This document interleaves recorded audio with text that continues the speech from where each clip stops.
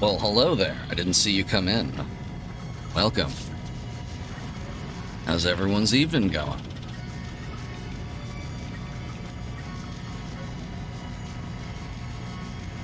I'm drinking coffee at 7:15 because I'm having a very normal day.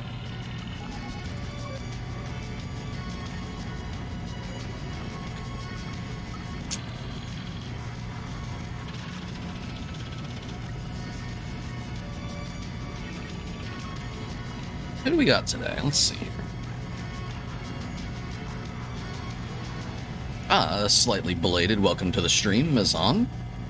Nice to see you here. I see we have Dayneb as well. Perfect. Flawless. No notes. Dracula jams. I gotta ask, what is a Dracula jam? Are we talking like Halloween sound effects CDs, or are we talking like Castlevania?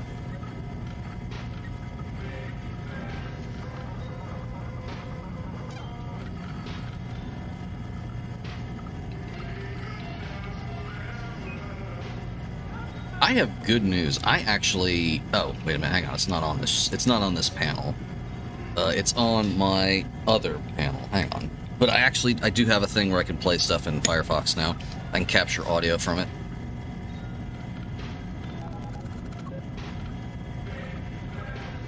One second. Hang on.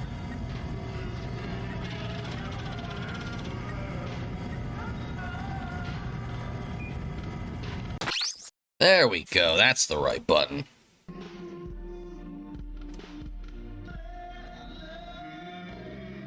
Let's give this a brief listen.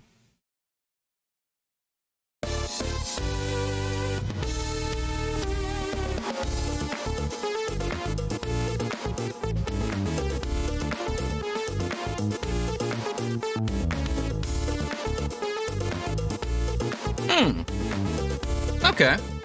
Yeah, I'd call that a Dracula jam. That's pretty good. That's pretty good.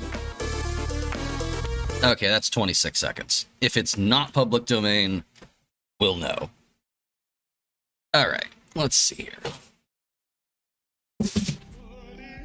Oh, that's all I hope for.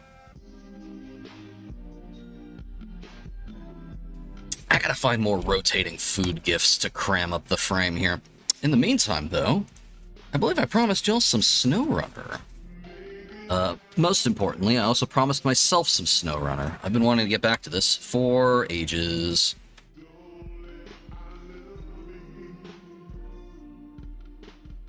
This is going to require some minor setup, because I just realized I don't have a game audio source pulling from SnowRunner. So, one moment. Going into studio mode here. Performing live surgery. Oh, wait a minute. I do have one for SnowRunner. It's just not set up. Thanks, past me. Now it's set up.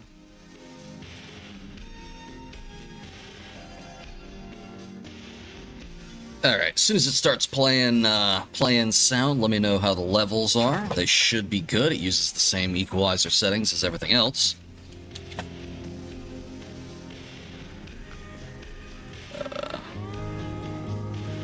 Turn the music down a little bit. We're going to be playing our own soundtrack, of course.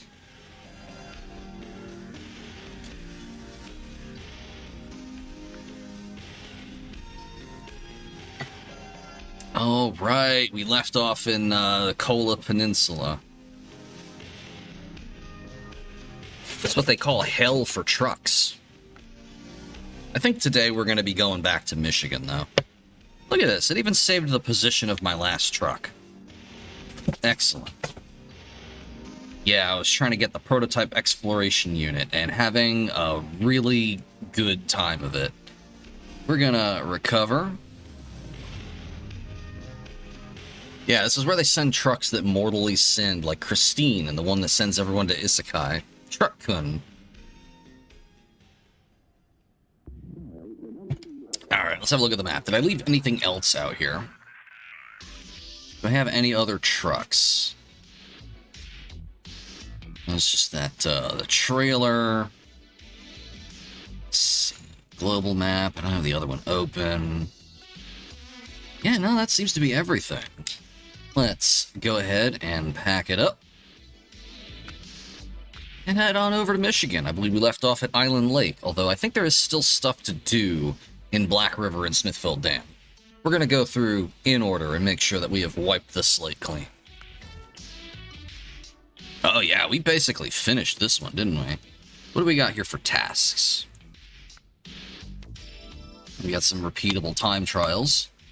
Here we go, here we go. Here's the meat and potatoes of the game here. Contracts. So let's see here. Winter stores. Winter's closing in. Soon it'll be impossible to get supplies into the base. The rig will keep drilling no matter what, but a fat lot of good it'll do if we run out of food and equipment. Help us out? We need to deliver to the logistics base in Smithfield Dam a maintenance trailer and 2 vehicle spare parts. So let's see here. There is a maintenance trailer here that we can just take. It doesn't belong to anybody. It's been reclaimed by the wilderness. And we'll need to get 2 vehicle spare parts. Let's start tracking this. Where do we get vehicle spare parts? I can never remember.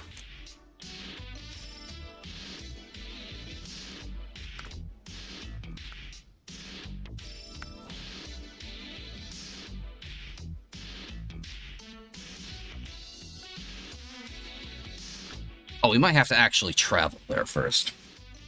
You have to bear with me. I haven't played this in a little while, so the minutiae of what all the little buttons do escapes me somewhat. All right, let's get something that could, let me see. Something that'll fit a flatbed. Ideally, something that'll fit a flatbed without tipping over.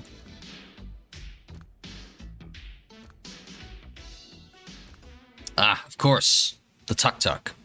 No, we're going to be bringing the Tatra. We're going to try this one out. Let's deploy this one, head on back, customize, good for frame add-ons. There we go, sideboard bed. This should carry 2 things of spare parts. And then we should be able to hook up a trailer with the logistics thing, and then we'll just drag everything in one go. Easy peasy.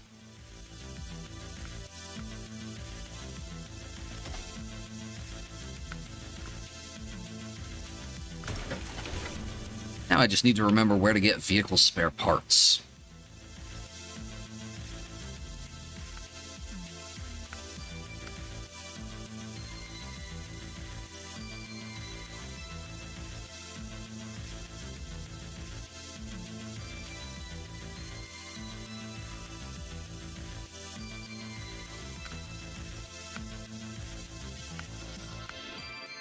Maybe in here? Oh yeah, there it is, the logistics base. Nope, that's where we want to drop stuff off.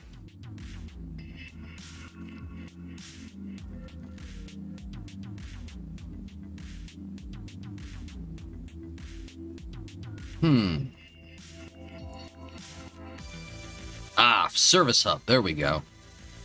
Vehicle spare parts. I believe there's one of these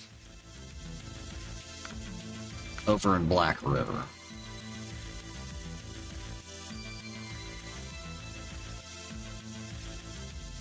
Oh, damn. Only 1 Dr. Rum left. Have to stretch it out. Oh, there is no maintenance depot in this one. Doesn't look like it anyway. Yeah, no, we'll have to go to Smithville and get the parts there. Well, good to know. Let's head over there and get the maintenance trailer. Let's see, how well do I remember this terrain? Not very well at all. But the Tatra is a beast, so let's head out this way. That's the fuel station. Down through the mud here. Across the bridge. To the maintenance trailer. There we go.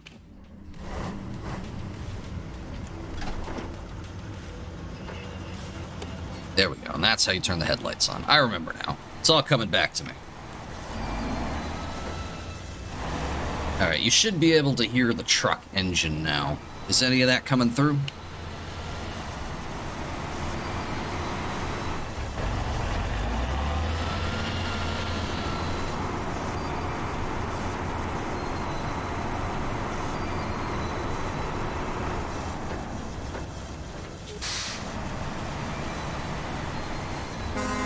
Are you able to hear my truck's psychic blast horn?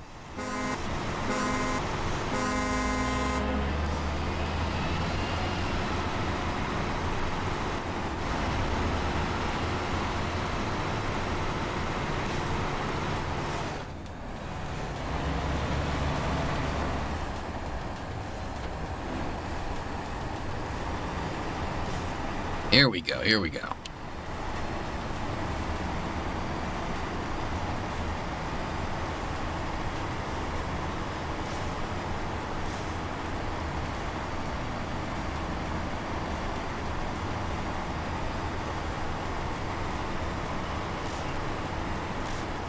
Slow and steady is, as always, the name of the game in SnowRunner.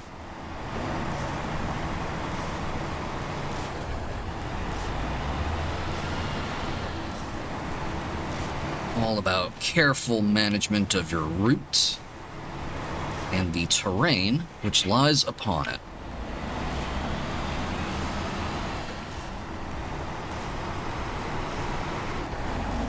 In this case, the careful management is that I've already put mud tires on everything. In fact, I think this one has chain tires. Oh yeah, those are chain tires. That's good for basically anything. Oh. Basically anything except driving on a normal road, but there are very few of them in this game.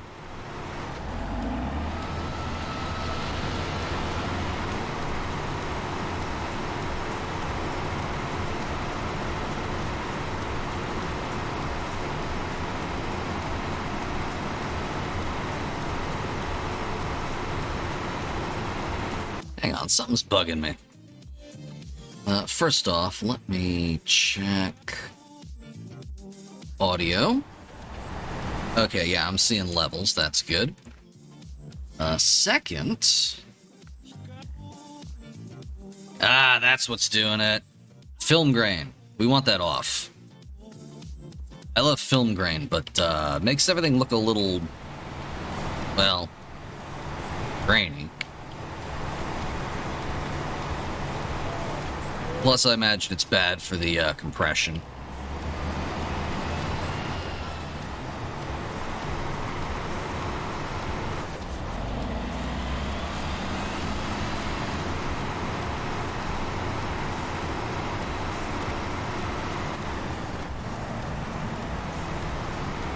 Fuck that sign in particular.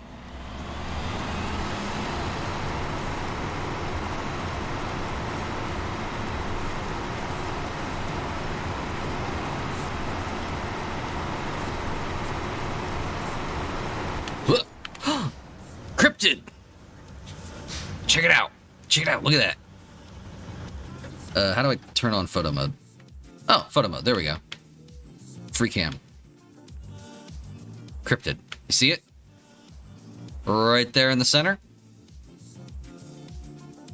Yeah, it's like a coyote or a wolf or something. Let me see. How do I zoom in? Let's see.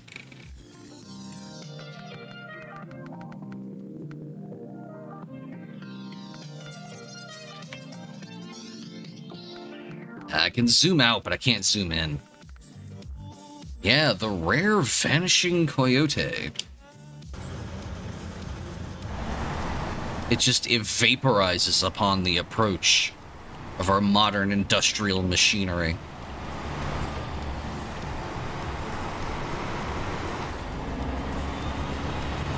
It detects the encroachment of human civilization and simply dissolves into ozone.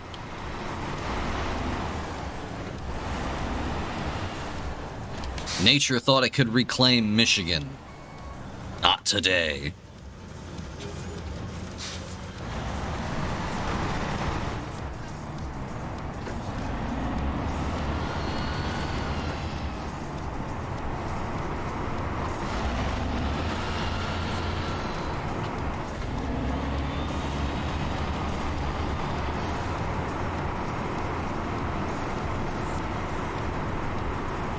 wonder if there's anyone who exclusively plays this in first person. There's got to be somebody, right? Oh, but yeah, you were saying, what's the problem with serial production schedule?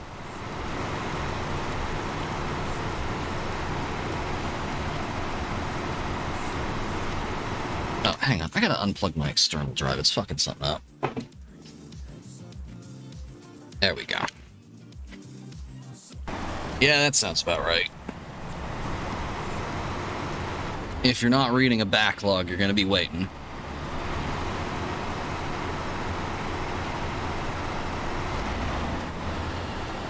That is also true. There is, in fact, more to read than you could possibly do in any human lifetime.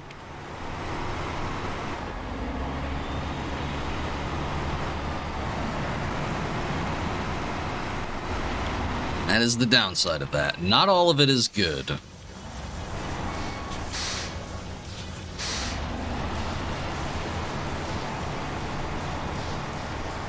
Uh-oh. Here it comes.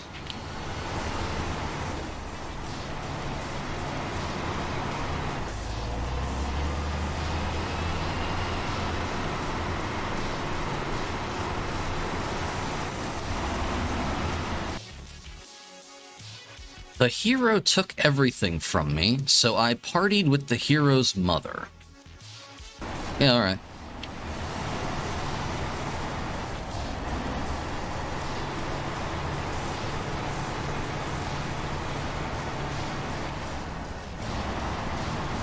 Oh, that's significantly more boring. Hey, that's not a road. Oh, but also in a horny way. Okay, alright.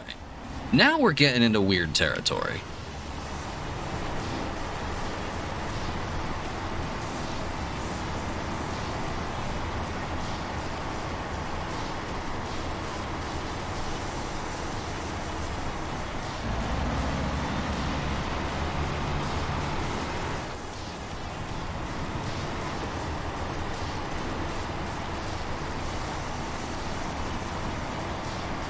Ah, okay.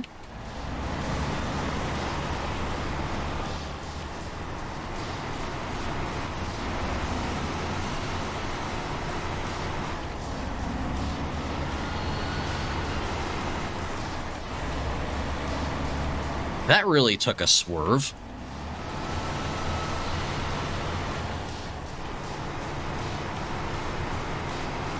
Though, granted, given the state of things in the field, not exactly a swerve.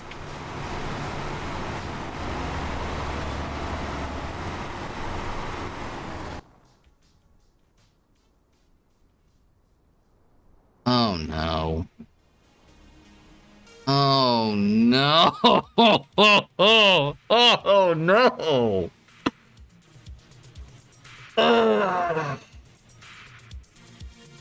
Are manga writers okay? Don't answer that. Oh, thank you. I get to use it so rarely. So rarely am I just rendered speechless.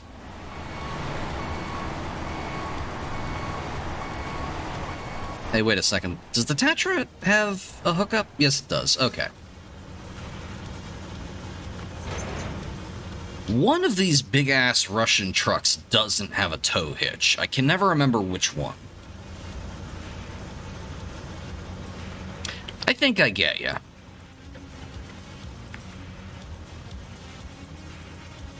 Alright, now we need to drag this to Smithville. So to do that... Yeah, let's head this way. Through the swamp, across the river. Down that way. Through here. To Smithville Dam.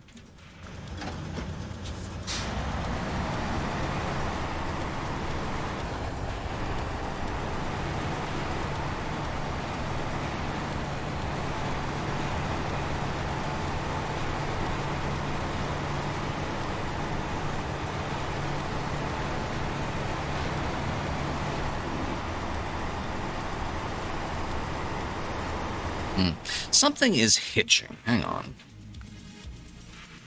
Let me see how we're doing on system resource. Oh my god. That's not ideal. Let me stop. Turn some stuff down.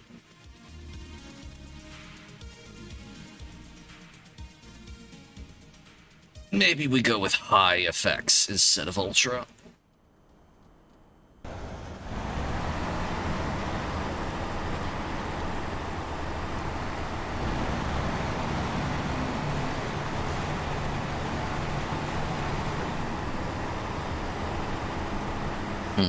Not the worst content, but calling it good is a lie. That encompasses a very specific mood.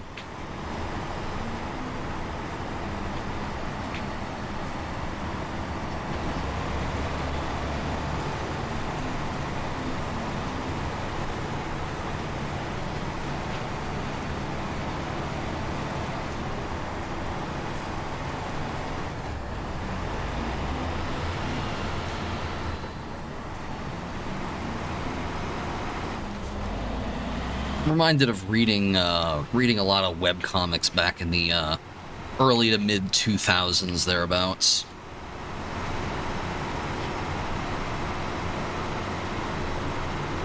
There was about 200 more of them every single day, and while not all of them were terrible, not all of them were great either.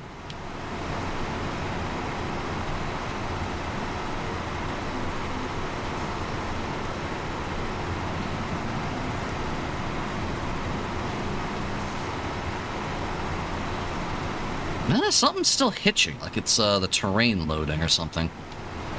Weird, wasn't doing that on the last machine.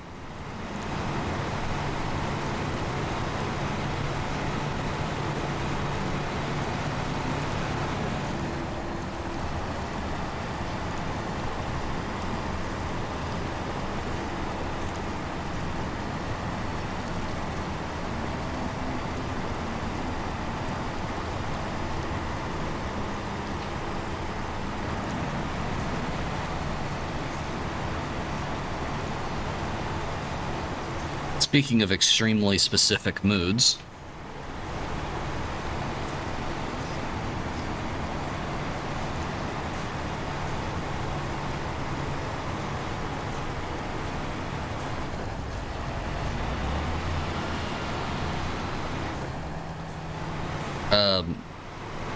are you okay? Just in general?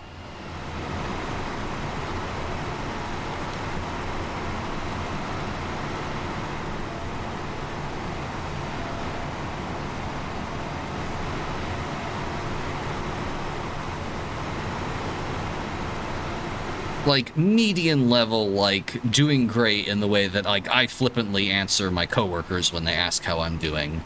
And that I'm not doing terribly, but, like, fine.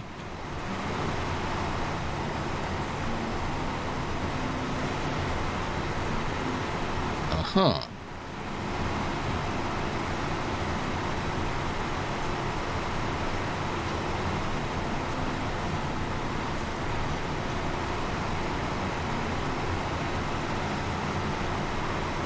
Yeah, eventually the planet will rotate roughly back to where it was, and it will be light during the day again.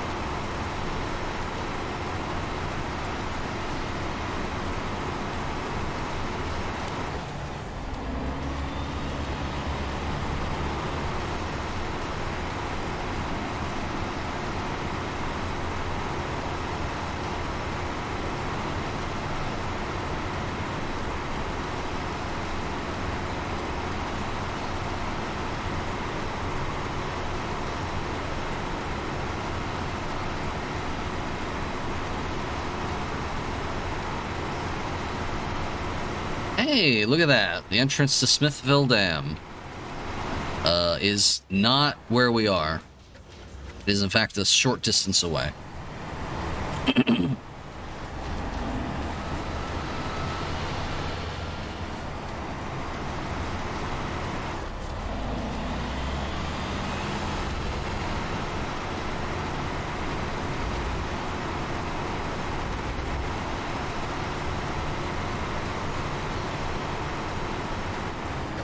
Hang on, hang on, I'm losing my mind. I need to turn voice chat on.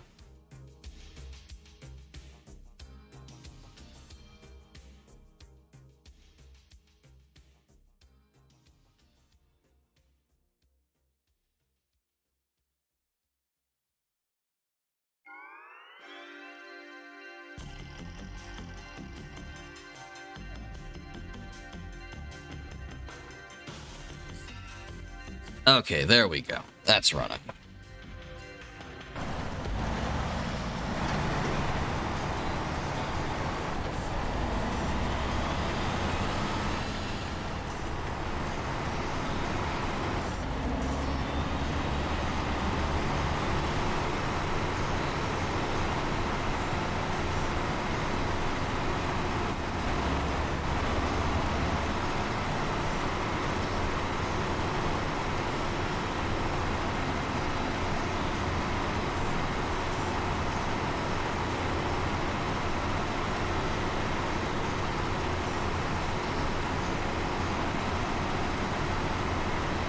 I'm like mentally struggling internally to like find where to even begin talking about like my day today. I had a very draining day. About like my day. Oh hey, welcome.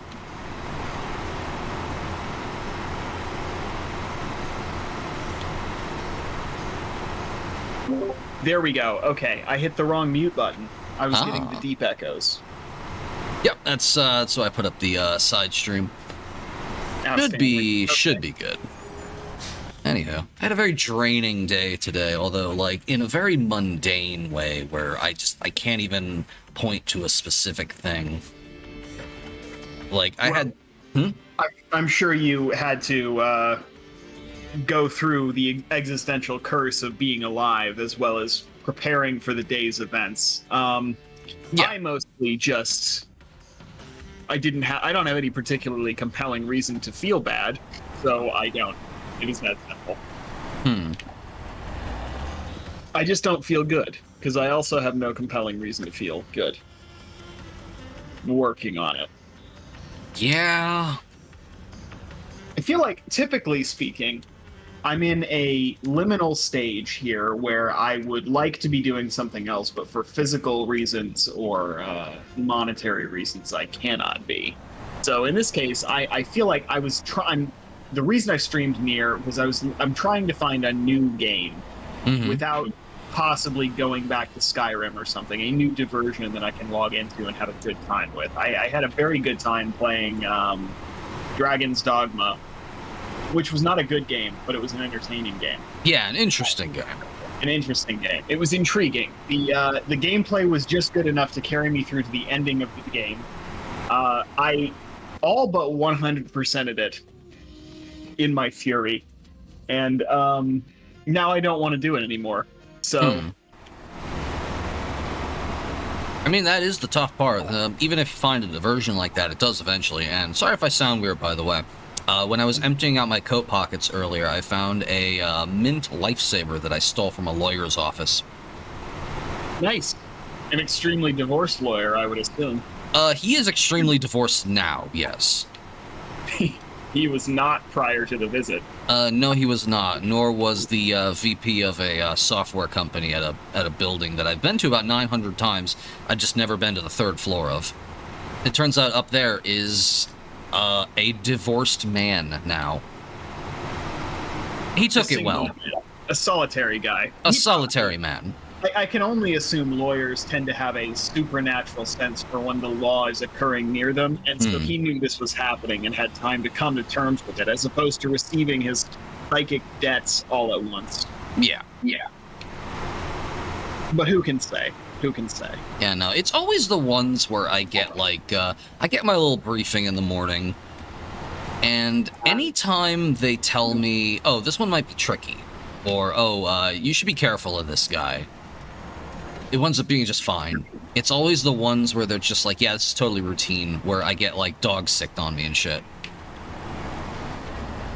Presumably, the tricky part is everyone else needing to be normal, and that's difficult for them to find a guy who can Corey and also be ordinary. I imagine if you were, for example, hypothetically speaking, stoned out of your fucking mind every minute that you were at work, the tricky ones would be no problem at all, because you wouldn't even notice he'd pulled a gun or a dog. You'd just be like, hey man, here's your papers. You know, you raise a good point. It would be the guys who are perfectly normal but expect you to do something like navigate a phone tree in order to locate his office. That would be tricky if I was blitzed out of my gourd. I mean, it wouldn't even be a trade-off. I already have problems with that. Yeah. Let's see. Need to get from the service hub to the oh, wow, that is further out in the sticks than I thought it was. We've been here before a couple of times, just the last time we streamed this.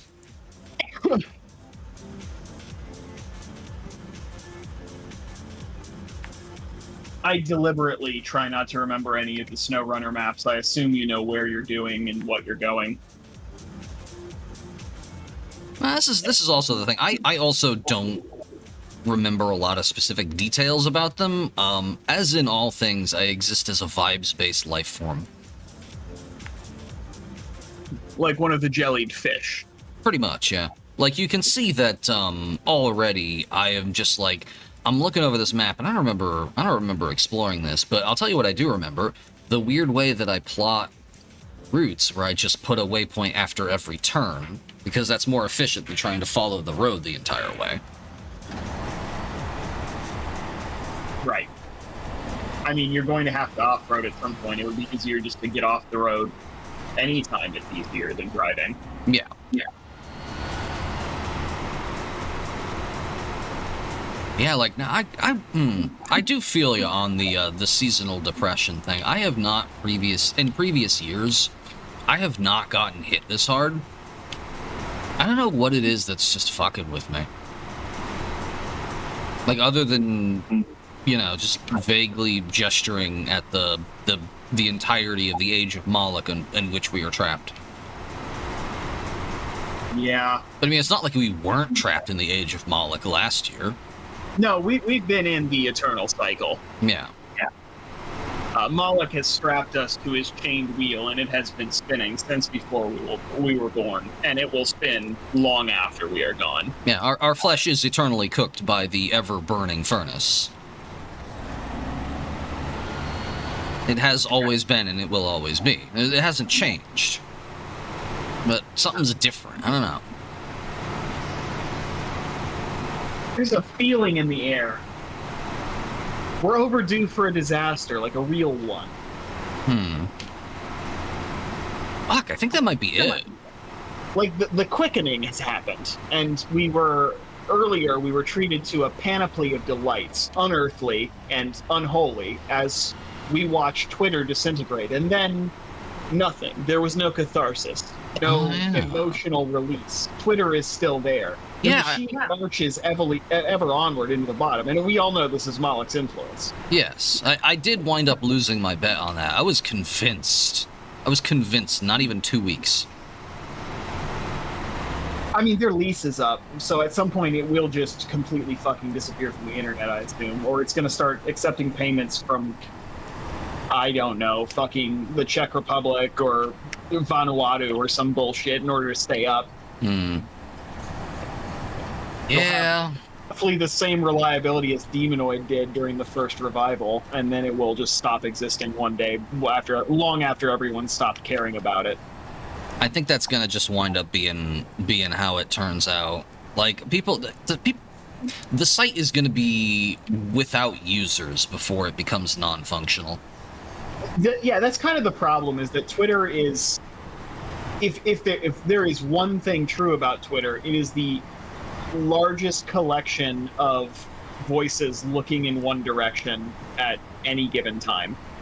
Every motherfucker is on Twitter. If you could theoretically channel that into some kind of end, it would be tremendously valuable. And it would be a shame to let that go, because the thing is that everything else is so locked off, compartmentalized, and paywalled that if Twitter goes down, there is no longer a medium to inform people of the new thing. That would be the beginning of the end, I think. You know, you're right, because it's not like people read newspapers anymore. No, I don't read newspapers. And I was thinking about this just the other day when I was looking for video games. Like, how do I find video games now? And I'm like, well, I asked people on Discord. And then I'm like, how do I get to the Discord? And I'm like, from Tumblr, which I curate so heavily that I will never join another Discord from Tumblr. I mean, hell, the only reason I met Khaki is because I was feeling this exact feeling like 5 years ago and joined a random artist's Discord, who I then later had a minor falling out with and just decided to stop following him. Oh, well. Essentially the same reason that Blossom got banned from the Val and Isaac Discord. So, but... I remember that. Where I am a minor e-celebrity still, because I just post there. But it's like, literally, what do I do for that kind of stuff? It's like, I have 8 friends on the internet that I talk to on a regular, like, weekly basis, and then a couple other ones that, like, I know their names, I would not be upset if they left.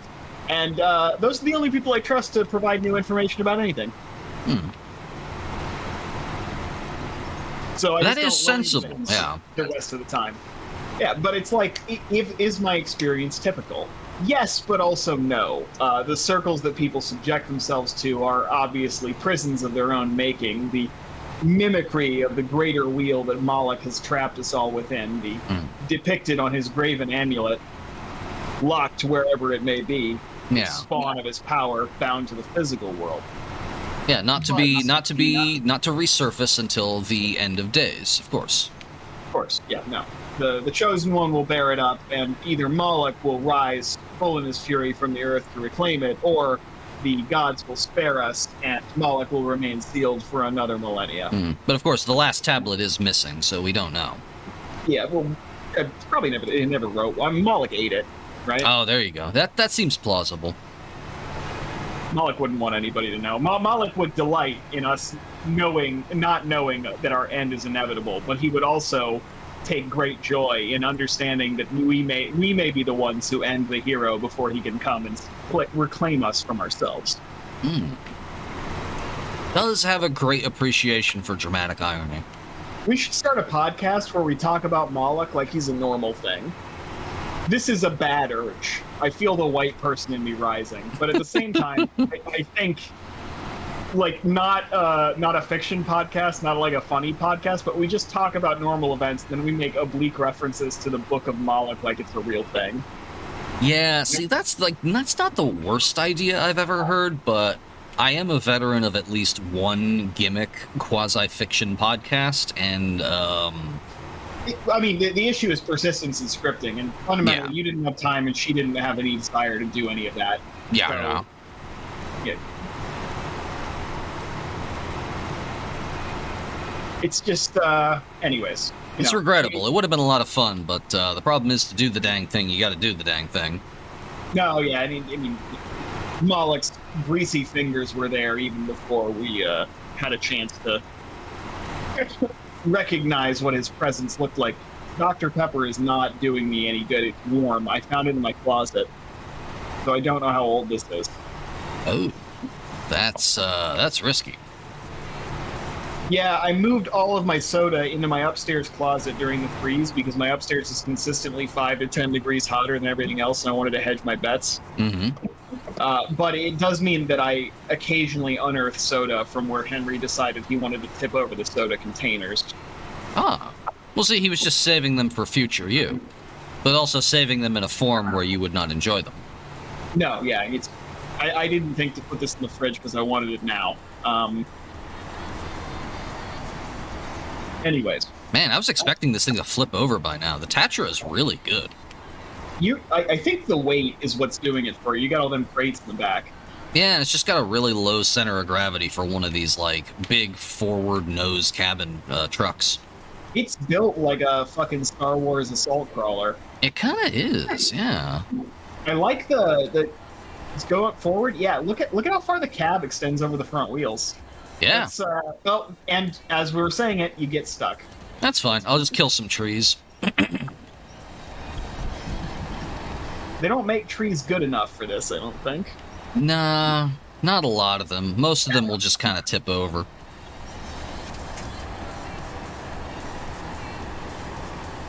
I have the extended winch on this thing, though, so we're pretty much good on that front.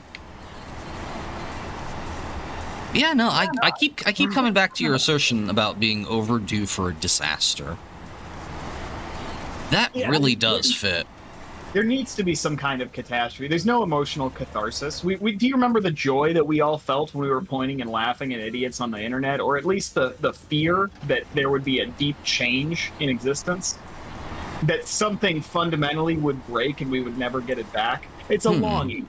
It's a longing, not for control, but for some kind of upheaval. Yeah, for the catharsis of there actually being, like, a different thing that we need to adapt to. If everything is in constant flux the way that it is now, like, there's no end point. There's nothing for us to acclimate to. There was an array of good things. Shinzo Abe got fucking shit blasted. Oh, absolutely. An idiot bought Twitter and tried to run him into the ground. And since then, everything else has just been artificiality. There's been no emotional component to it.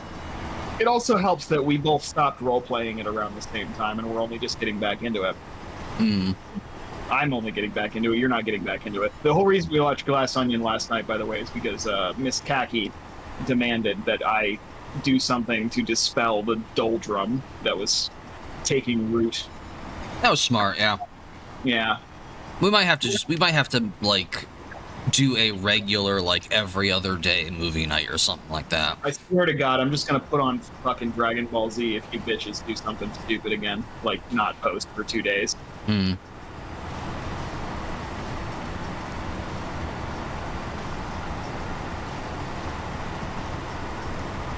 I've been thinking about role-playing in general lately. Like, I really do want to get back to the game, but I feel like anytime I, like, encompass the totality of the idea of returning to the game, I don't know, something's off. It's not like I rotated in my mind and it's not the perfect cube I'm picturing. Well, some of that is just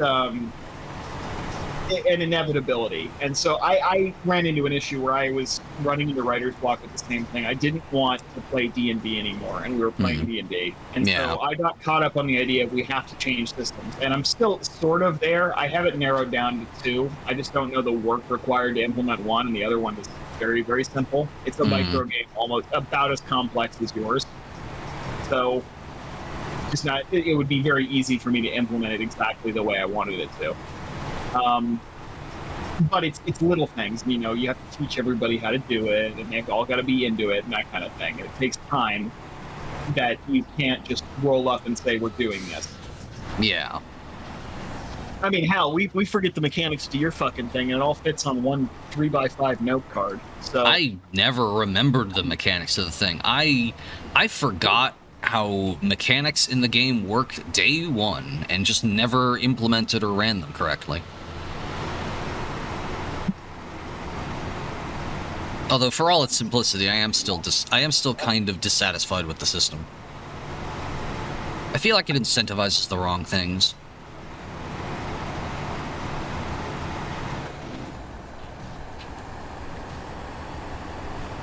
Well, I think essentially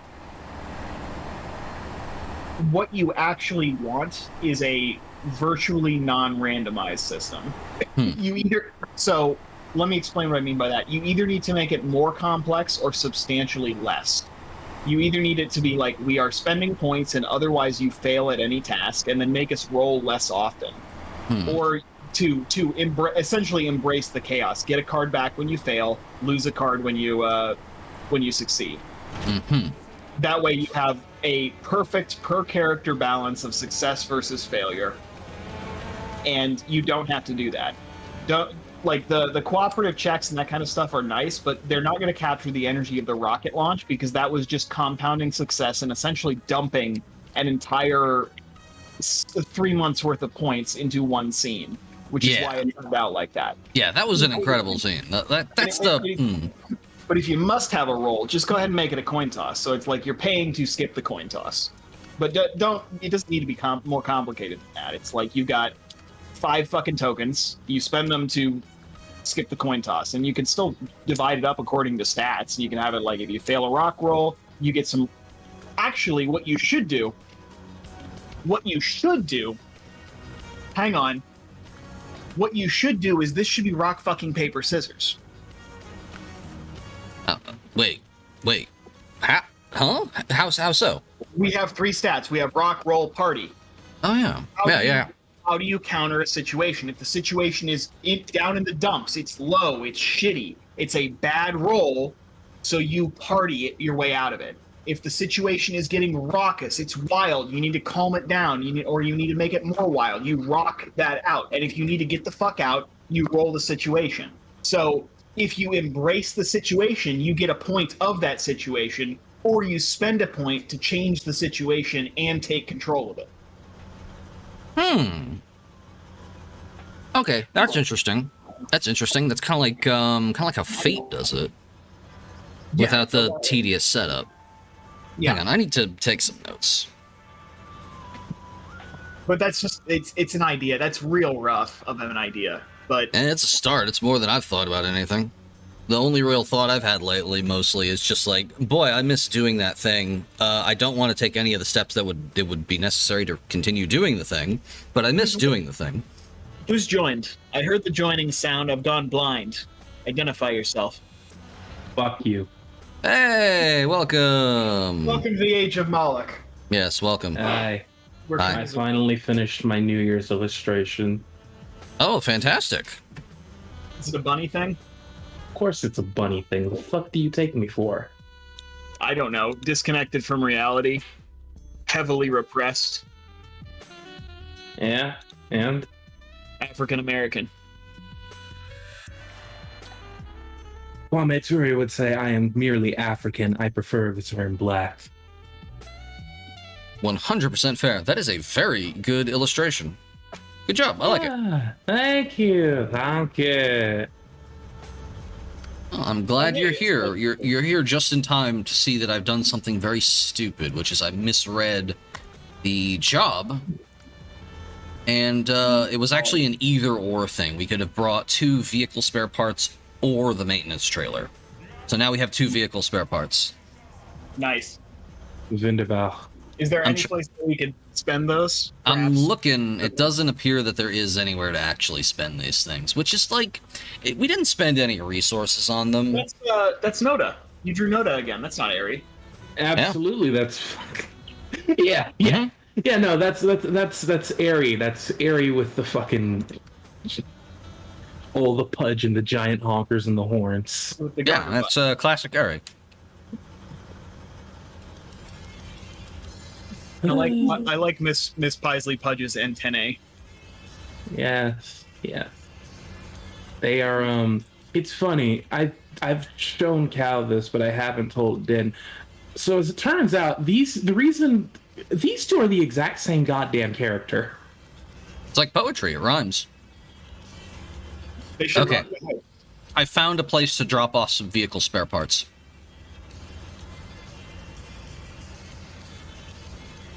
Oh, don't let me interrupt you. I'm plotting a course. Yeah, so like as it turns out, when I was talking to Adelaide one day, right? And we were talking about our funny little women, and I got to learn a bunch of stuff about the origin of Paisley Pudge. As it would happen, she's just Noda. Yeah. Like without any degree of irony here. Let me pull up the goddamn thing because I showed Cal this and it's literally uncanny. Fuck. Right. Okay. Right, and I was like, I will allow you to continue, but hold on just a moment. Are you telling me that, and this is the cat girl, Kalia Vit, started as a bird woman, right? Answer is yes. Paisley Putch is a cis cat girl whose wife is a transgender bird woman. Does this ring a bell? You know, you could say it rings a bell. Cisgender cat girl branded a heretic by a totalitarian state is cast into the pit of hell for knowing things and having magic powers. She is charged with an impossibly large list of criminal offenses that she may or may not have actually committed because technically her existence is an illegality. She has a wife who is a transgender bird woman. We wrote the same fucking character. This is Yeah. unrelated, but I think the difference that you need here, if you're drawing them together, is that Noda seems like the kind of person who would have a diamond underbust cut out, as opposed to the entire cleavage thing. Good point, but I wanted to draw the underbust. No, it's traditional. This is it's a bustier, but she just feels like the kind of person who would have like a mesh or like see-through component that keeps everything tight up top. That way she can actually run away if she has to. You're absolutely correct. Thank you very much.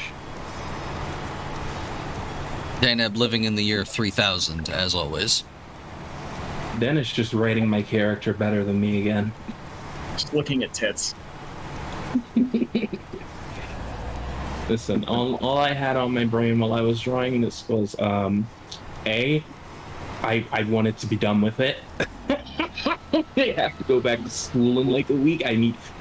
Not even a week. It's 3 days at this point. I have other things I also need to have done before I go back to school. Oh. I need to be done with this. Please be done. Can this be done already? Hey, don't cry.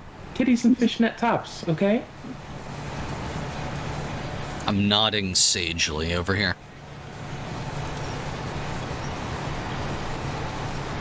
The important thing is that arts should be fun. And Art should be fun. Otherwise, you need to get the fuck out of my jazz band.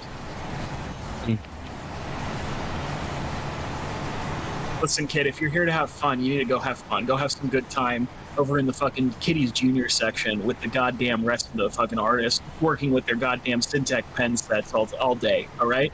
Go ahead and have fun with those kids. It'll be a great time. But if you're here to do fucking art, you need to get the fuck into my goddamn jazz band. I need you to fucking art until your goddamn fingers bleed all night, 24 hours a goddamn day. We are staying here until I see some goddamn fishnet cat tits. The way I want them! Throws a chair at you. God. That movie is just still just in my head. It is never going to leave. As it should be. Get the fuck out of my jazz band is like the age of Moloch for me. I've just said that whenever I want somebody to leave or stop. And it's great because if you haven't seen Whiplash, it's just a completely disarmingly bad thing to say. Yeah, like no one has any context for that. Like, what could you possibly say to that? Nothing. You have no choice but to get the fuck out of the jazz band. Get the fuck out of the Exactly. jazz band. Fuck out of the jazz band. Yeah, no, I feel that. I had a similar, like, minus the going back to school thing, because that's a done deal. I'm not going back. You can't make me go back. But Congrats. yeah. Oh, no, not congrats in that I finished. Congrats in that I escaped and I'm never going back. Did I stutter? Okay, fair enough. But anyway, yeah, no, just the sense of, like, I have gotten more art done thinking I need to finish this than I've ever gotten done thinking I'm having a good time. Especially lately. Yeah. Yeah, it'd be like that. Like, I'm having fun driving this truck around, but I'm fucking haunted by the little envelope Steve is holding in my last art. What the fuck is that? What is that? What did I draw? It was like supposed to be a flat pack package, but it doesn't look anything like a flat pack. It's like an envelope. It has a stamp on it. What is that? Losing his mind. I'm McFucking losing it. The verisimilitude of my tiny package joke is ruined. I like to think that looks like someone that actually looks like a pre-wrapped gift card with a stamp on it, like one of the ones that comes in like a holiday box. Oh yeah. Okay, that's You can see the outline of the card there. okay. Yeah, I could buy that, but It could also be like a little bomb, but that doesn't really seem like a steep thing to deliver. no. No, it's a thing for like dildos.gov, and which is the it's your citizenship for the organization of the Moon of Dildos. Yeah. So the moon. Yes. Yes, the moon. Yes. We've seen the cyber phallus. I was just about to go in. Yes, we've all seen the giant moon penis. You can't hit me with your same joke twice. I'm ready for it the second time. Speaking of people having no context for things, looks conspicuously at viewers. I will never explain that. I will never explain that. Anyway, but yeah, no. Like, I think I need to just sit down at some point and figure out, like, what the fuck is the deal with all of my Blorbos. All 3 of them that I have. I actually forgot about Valder. Valder's an older character too. Hey, I also fucking forgot about Valder. I just thought about her one day while I was at work. I was like, hey, wait a minute. Didn't I have another character who was kind of fun to draw? I've never seen... You caught me out of left field with that one. Really? Yeah. Really? Yeah. You haven't talked about Valder almost since the first couple months of us playing the last game that disintegrated. Oh, yeah. So that was probably before you met Kaki. Valder, Well, no, because Valder was in the story arc that Noda was introduced in, just like twice and for 2 scenes, and that was it. Role, yeah, it was a was she like security guard or a minor functionary or something like that? That would explain why I do not remember, because if you'll remember, the only reason I remember Deska is because Desda Dakota in the West, and I'm probably still saying it wrong, stuck out to me very much. I think in the last game it was Deska West Dakota, and then no, it was North Dakota, and it was West for this one. Right. I think. More before we have to start changing Deska lore. We can use it twice more. Oh yeah, it was really the watershed moment for just reusing stuff from old games that I thought was fun, and I didn't feel like abandoning. And then I slapped tits on her and made her one of Aries' copious number of girlfriends. You did convince me. Finally, through attrition. Listen. You can't give me... Deska's a very fun name. It is. It's a good one. Yeah, nothing else to do with these vehicle parts. I'm just gonna dump them. Yeah, I'm just gonna toss them in the river here, and someone else will need it. What is this? Polluting much? Jesus. Yes, constantly. That is the primary game loop of SnowRunner is environmental destruction. Anyway, we're gonna remove this. We're gonna vaporize it. It's gone into the void. And then we're gonna recover back to the garage.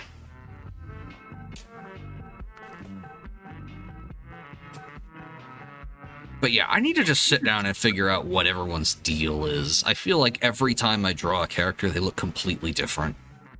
Which is just, like, obviously due to a lack of fundamentals, because I never properly learned how to draw. I just kind of that's kind of what I had to... So you may have noticed that I have begun to draw my characters in a very specific way now. Mm-hmm. This is because as I get deeper into my major, I have to start doing comics projects. Mm-hmm. And that means being able to draw my characters on model every single time. Yeah. And so at the start of last year, because I had finished my intro course in the quarter before, and I broke in my head against the fact that like I couldn't draw the same character with any degree of like past overtly recognizable features. I could not make them look the same across 4 different pages. Um, so what I wound up doing, well, I shouldn't say that. I can't. I just can't do it at a higher fidelity. This has been the number one issue for the longest time. Like when I was doing my Powerpuff Girls thing, if you remember that I had to do that for an assignment one year. Powerpuff Girls are it's a fucking football. It's an egg that's more like a football. And so long as you know which sides of where to make like guideline marks, it's very easy to figure out where to put everything. It's literally just eyes and a mouth, and there's nothing else. The only thing is like hair, and it's almost all symmetrical. So it's not that I can't do things on model, it's that I cannot do complicated things on model. And whether it's Eri or Noto or Paisley fucking Pudge, there's a lot. There's so many moving pieces. There's I'm still images still drawing them half naked half the time, and there's still so much. It really do be like that, is the thing. I find myself confounded by basic facts such as people have bones. They got bones in them. Yep, this is something I've been having to experiment. I'm remembering to draw the brow of the nose and that ridge and whatnot. I don't even bother with that. Stuff. You're way beyond me there. When was the last time you did like a sit down and sketch for like a real person that you were looking at in real life? Who, me? I know you've never done it. I'm asking. Yeah, I was about to say never. Oh, hey, check out what we're driving, by the way. Ago. I've been meaning to, but I just God, I've had so much shit. I've been doing so much shit. Hey, sketch one of your shithead little brothers. They'll probably appreciate it. I have other shit.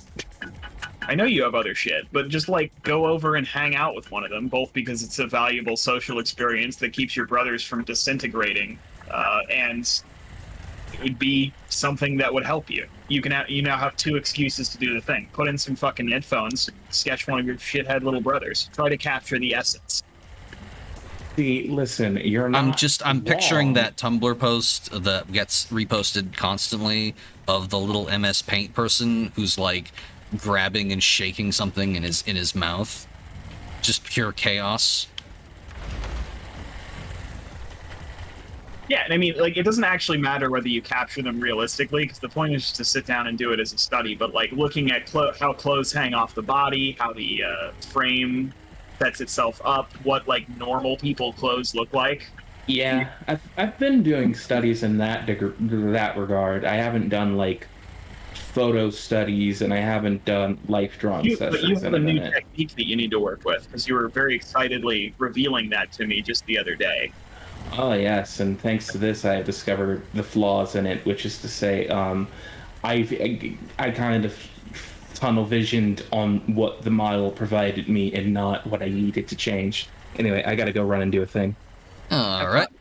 I also have to run and do a thing. It's a good opportunity to do that. Oh, well. New technique for the record, Mr. Boat, in case you were thinking about a collaboration, a commission, or any other sort of photo reference in it. Yeah, it's draw overs essentially, but specifically with 3D posable style design doll type things. Oh yeah, I used to use those all the time when I was doing stuff in Inkscape. Yeah, Kaki talked about how she's really good at paint overs, which is essentially a form of editing technique. She thinks in paint, which fills out way differently than doing line arts and sketches. But she also thinks in she plans in sequential art because she's interested in that, which is the opposite of how you'd have to do it. Normally. Interesting. So in lieu of having an actual painting technique, the paint over is a buy until she can figure out how to actually paint using Fred. Whoa. We're fine. It's meant to tip over like that. It's only got 3 wheels. Yeah, no, we're on the little babushka. Yes. the engineer unit, and it is a unit.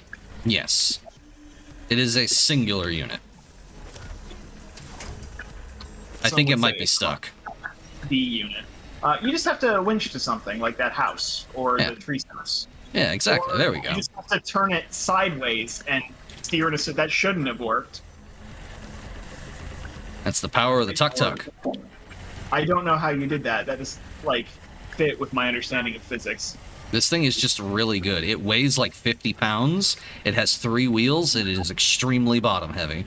It looks like it controls the same as the Scarab. Yeah. Except you are on Earth. Yeah, I would say it is quite similar, despite having half the number of wheels.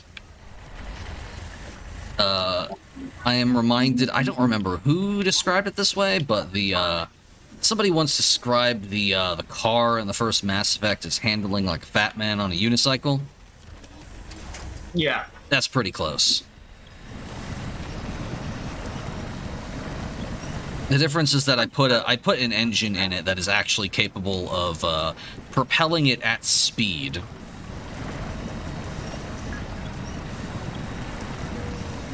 I believe real tuk-tuks have like a 2-stroke engine or something like that.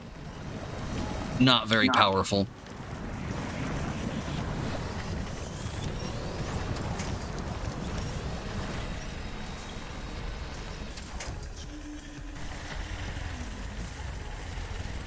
Come on, baby. Come on. There it goes.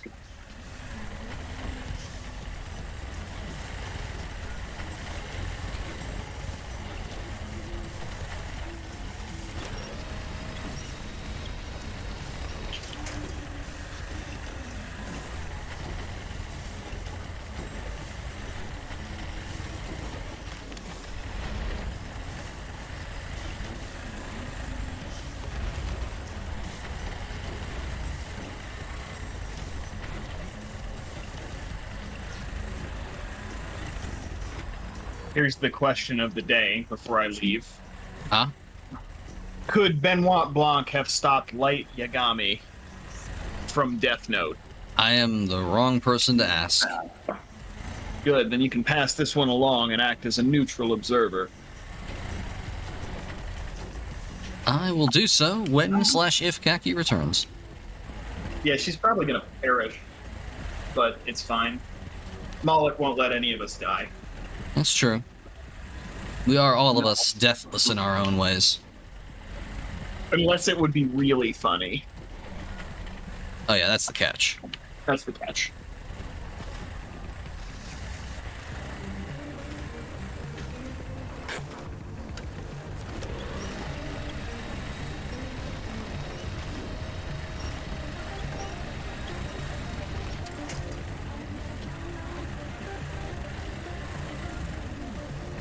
You know, I will say one thing I don't like about the tuk-tuk is that the forward wheel constantly gets stuck in ruts left by other vehicles. In the immortal words of the Heavy Bubbles guy, don't drive other stuff. Yeah, that's fair. Can you tow in the tuk-tuk? I think you tried this once and it was pathetic. I don't think it has a tow hitch. I don't think it has a tow hitch. A real shame. I could winch stuff to the rear bumper, but, yeah, no, I don't believe I could tow anything with it. Oh. Uh-oh, engine stalled. Hang on. That's fine. It's perfectly fine.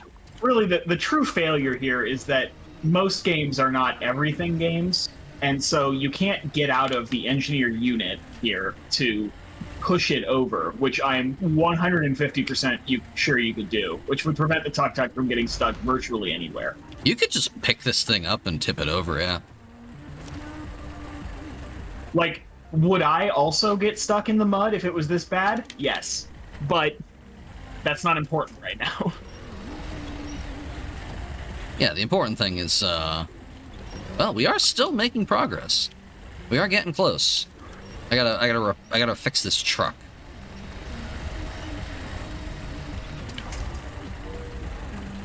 Oh, hey, apropos of nothing, I just remembered a really silly idea I had earlier today.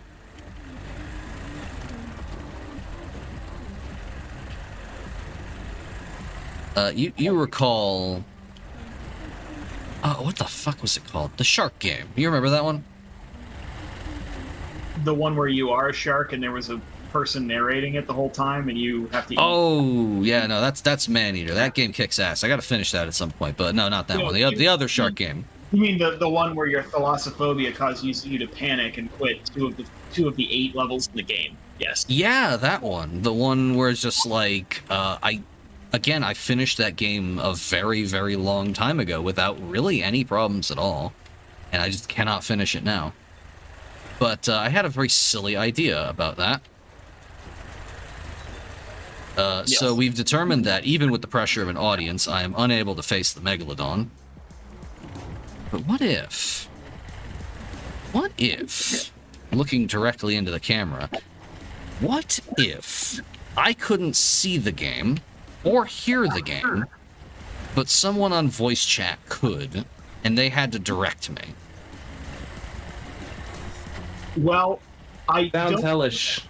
I don't think it's a bad idea. First of all, there is in fact a game that is literally for this called Keep Talking and Nobody Explodes. Oh, I was yeah, just that's a thinking classic. that. I think I have that actually. Yeah. That's probably very easily fun. acquirable. The other player doesn't even need the game. They read off of a manual. Yeah.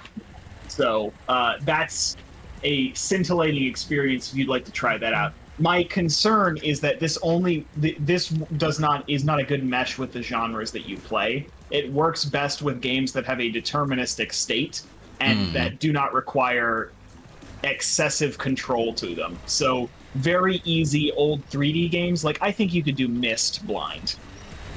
Probably, yeah. But any game where like part of the puzzle is you don't know where the fuck you are at any given time, like that would confuse an observer as well. I don't feel like I would be very good at navigating the pitch black ocean floor. I thought it might work for the Megalodon level in particular because it has that guide wire that goes down to the bottom. Right. So I was thinking something very simple in terms of just like, we continue to reload, and it's just like, aim left, stop, aim up, fire, that sort of thing.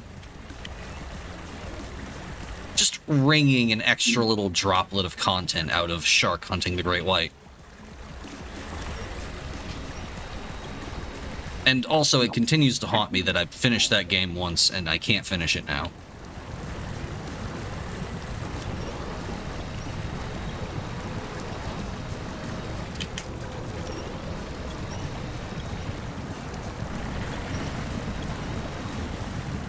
Oh, come on. Oh, come on, baby. This cannot be the end. What's happened? The tuk-tuk is stuck in the river. A tuk-tuk has fallen into the river in Smithville Dam, Michigan. Build the rescue helicopter. We need it. There it is. Yeah. You got it. Oh, here we go. It's going. I'm telling you, I don't think there's a check as long as you hit the angle between the stall angle and the hit the tire stuck angle. I think you're gold. Oh, this has an autonomous winch. I can winch this even with the engine stalled. Fucking outstanding. Yeah, it's a great repair vehicle. It's just you constantly need to be hammering the winch button. Oh, come on. Ugh. I'm stuck on this other branch is the thing. I need to damage it until it goes to the Phantom Zone.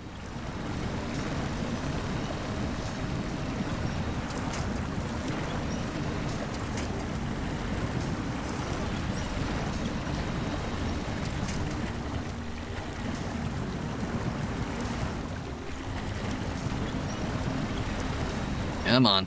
Here we go. Yeah. That's how physics works. Oh, hey, Khaki, you're back, right? Not for long. I'm getting ready to leave, and I'm posting my drawings in different places. Oh, cool.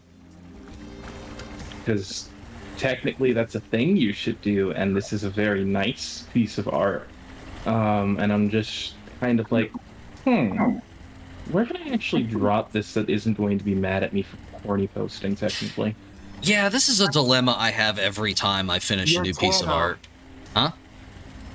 I yelled your Twitter into the microphone. Oh, I did. there Where you do go. you think Cal saw the? Where do you think you saw the drawing? I Discord. don't know. Yeah, we put it in Discord. I don't go on Twitter. It's embedded through Twitter. Okay. Oh, right. Yeah, it is. Good point. Oh, but yeah, I completely lost the thread there. Daneb explained your new technique in the event we were to do a collab or trade, and I was like, hey, you know, I should draw like Noda or Eri at some point. Oh my god, I'd lose my mind. We should do a trade. I mean, hell yeah. I just gotta work out a schedule for it. That's the tricky part, yeah. 30. Don't work out a schedule. You just draw the other person's shit whenever you have time. Why are artists so fucking complicated? Because I have a lot of shit that I do. I work full It's time. my job. You don't work out a schedule though. It's like you have to coordinate and be in the same place. You're not drawing each other, motherfuckers. I work full time. I can't be drawing titties on the clock. Yeah, you can. No, I mean I literally can't. I'm a digital artist. I drive. You can. Hal drives. I am technically procrastinating because I owe Prokopet's fucking. Oh shit! I thought you page finished borders. that. No, I finished the cover. That's done. Okay. Then he said he wanted page borders. Still need to do page. You gotta get on that. And I just sent him some preliminary stuff for like the inside. I can probably the first week of school is always slow. I will probably, and not to mention I've already done because the big class that I am taking this time around, props and environments, is the same one that I tried to take last year, but then wound up having to leave the school beforehand. So like every part of the first few assignments is already done. I basically have already completed the first week. I mean, be careful before making proclamations. Malak is always listening. Malak is always listening. However, they will call that double submission. They will call that shit double submission over my dead goddamn body. I literally didn't get to take the class last year. Okay. All right. As long as you have a plan. Yeah. So that much is probably already taken care of. I don't think the professor would even remember that I submitted the script. He probably remembers that I tried to take the class and didn't even get to. And if it does come up, he'll probably talk to me beforehand. But like, yeah, no. So as far as schedules go, you saw the goddamn list I posted. I have a bunch of shit that it's just ideas. It's not even like actual commitments. Yeah, I did see that you had a very long list of things that you were thinking of doing. Like, everything in that priority is belated by at least 3 weeks. That is rough, buddy. God, whereas like, I'm dealing with more of just like the existential dread here, where just like I have all of my energy and good ideas like in the middle of the day, and then I get home and I'm just dragging myself around the apartment like Nick Cage in Kiss of the Vampire. Vampire's Kiss. That was that one. Just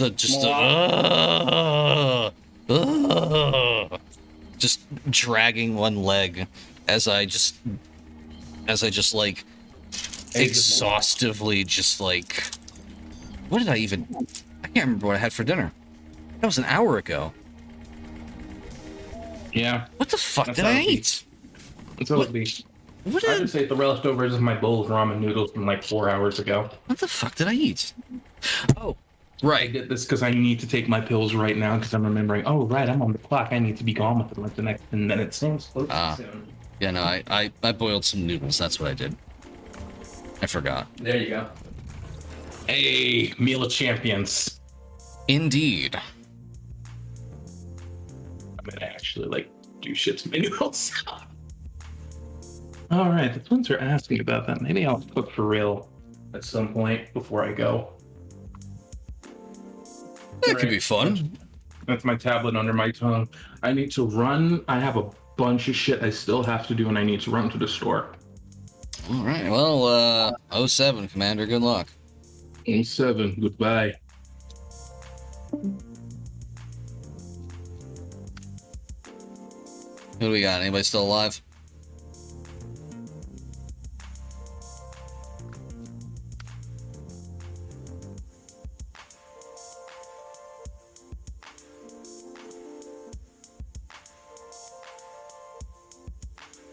Oh, I remember this one. Oh, this is a tough one.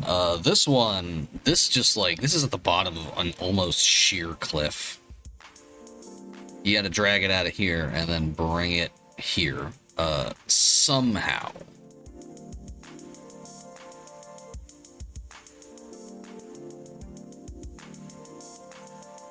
I think last time I tried to just winch it up the hill.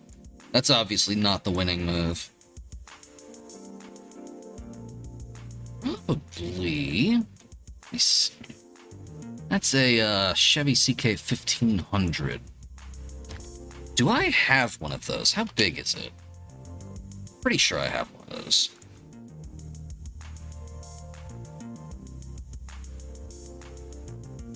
No, I don't actually. I think it's a Scout. Oh yeah, it's the pickup truck, so I think I can probably just get a flatbed tower. Tower. Sure. I think I can just get a flatbed down there and tow it. Question is, which one?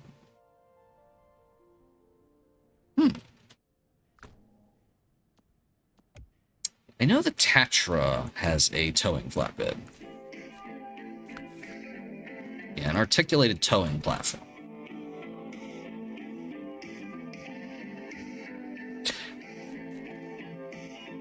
This might be...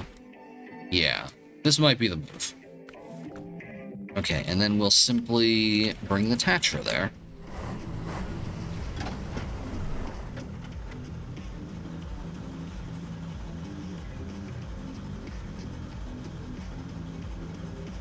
Oh, this is gonna be rough. So there's the dam. There's that thing. Okay, head down this way then. Across.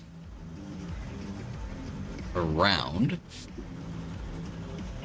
And then just kind of through the swamp over here. Daneb, holler when you're back. I'm getting some feedback. Just gonna mute. Oh, you are back. Okay, good. I was getting some feedback. I thought you had gone. I am puzzling out how to retrieve a truck from the river. A different truck has fallen into the river in Smithville Dam. We don't have the rescue helicopter though. We only have this rescue truck. And it's the same truck that we had before, but I put a towing platform on it. This would be a very different game if you had a rescue helicopter. It would be an extremely different game if we had a rescue helicopter. Hey, you know what was a really good game? Simcopter. You remember Simcopter? No. Yeah, me neither. I think I just, used the cheat codes to get the Apache attack helicopter. And that was, the sole interaction I had with any system in that game.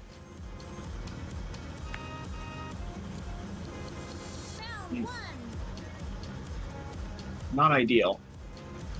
It was fun enough.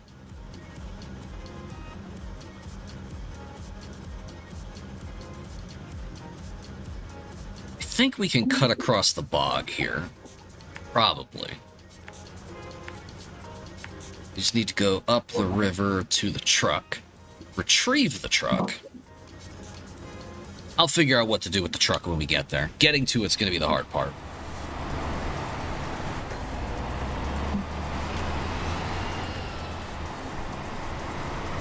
Just kind of mentally eyeballing it. The Chevy pickup should fit on the back of the Tatra. And unlike the last time I tried to winch a vehicle onto a flatbed, I remember this time that, like cargo, when you have a vehicle on the back of your towing flatbed, you can secure it. It doesn't. You don't just leave it there flopping around.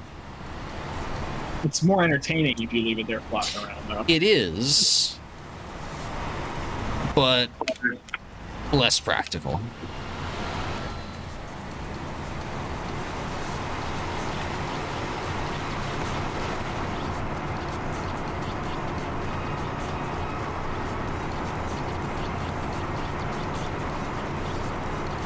Man, why doesn't American Truck Simulator have these, like, modeled in-cab arms?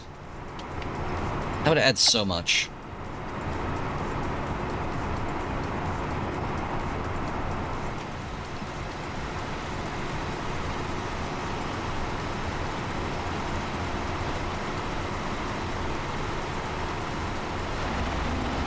I feel like there used to be a mod that did that, but it is no longer supported.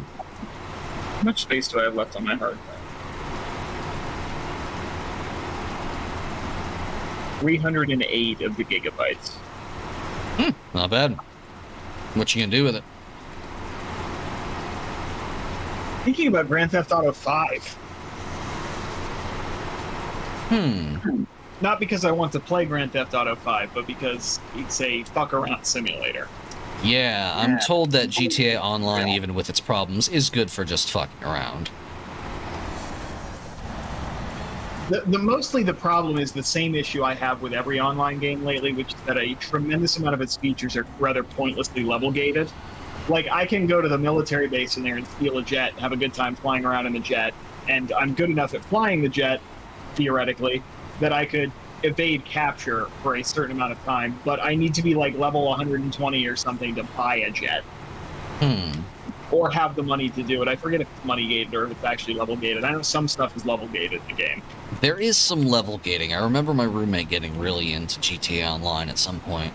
The heists are level gated, I believe. Although, again, I've never played it myself, so I could be misremembering. That one's a double gate. I remember because they added new heists, and you have to buy a fucking control center in order to run them. Oh, right, yeah, they are also money gated. You gotta buy in. Yeah, great fun. There are also like 6 missions in a row back to back that are kind of irritating to do. Yeah, I'm not gonna download this. The game was bad. Unfortunately. Unfortunate. Well, hey. Maybe the next one will be good. Yeah, the next one. There's going to be a next one. Well, I mean, they're working on it right now. Like, it leaked. Did you hear about that? I didn't care. Oh, yeah, that's honestly a fair response. I heard about it, and I also kind of didn't care. But yeah, no, they leaked. It leaked like the fucking Half-Life beta. There's like there's like playable, quasi-playable alpha builds of it. Is Raft multiplayer? Raft is multiplayer, but I never vibed with Raft. You didn't like Raft. I didn't care for Raft. It might be the thalassophobia thing, because there are sharks in that. There are. You don't have to go underwater in that one, though. I don't think. I think there are a couple portions where you do have to go underwater to complete objectives. Okay. Though, I mean, if you want to play it single player or something, I'm not going to advise against that. No. It's the tantalizing aspect of possibly it being multiplayer. Chasing the high of a game where you ran your own Made in Abyss. It's a game, really? Isn't this the murder porn manga? Wait, yeah, what? Oh. I was about to say I'm surprised that's on Steam, but no, I'm not actually surprised. Really, it's one of those things that, I mean, well, Attack on Titan was just as bad, except for all the Nazi shit made it worse. That's everywhere. Yeah. Sonic Adventure 2 Battle, in case you're interested, Cal, is 74 cents. Really? Yes. Like right now? It says this is DLC. Oh, this is the multiplayer DLC is 74 cents, but the base game is probably pretty cheap. It was like $5. It's $2.49 to get the base game. So yeah, I may pick that up then. I've never played a Sonic game since the Game Gear port of the original Sonic. well, Jackie would probably pop in the chat and kill me for saying this. She's left. But this is the best one, and it's all downhill. Yeah, that's probably fair. Tribes of Midgard. Which tuber did I see this on? Is this the city builder one? Good question. It sounds eerily familiar. There's like a skill tree in this. This doesn't seem like a Let's Game It Out special. Yeah, no. $9.99 at the moment. Similar to games you've played, For the King and Rust. Oh, you cannot trust similar to games you've played. No, not at all. It's just it's sometimes useful for determining whether Steam has a good, accurate view of what the game is. Other times it's like, this is just a third-person shooter. Reviews, mixed.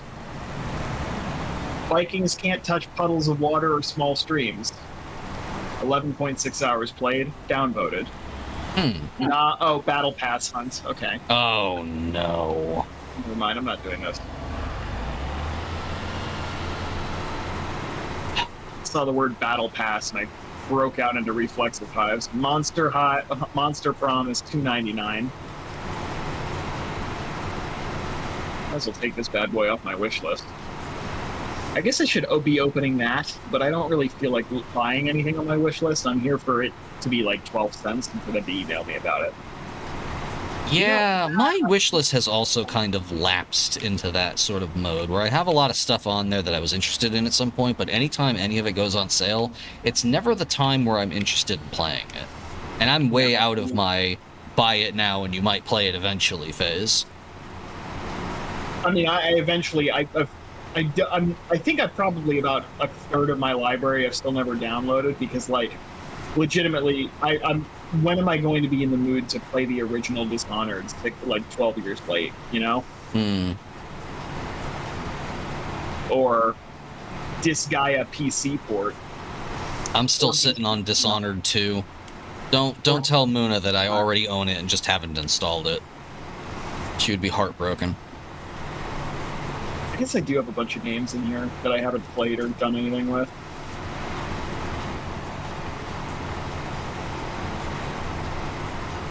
A couple of these might even be interesting. God, multiplayer fuck-around games, though. No, it's such a specific fucking genre. It really is. It's so hard to nail. You think they would be everywhere. The thing is that everything is trying to be like a multiplayer fuck-around forever game, but nothing ever nails it. Nothing ever gets close. Like, probably The Forest got the closest, but even that, you just burn out on it eventually. Eventually you get tired of building giant cyclopean structures.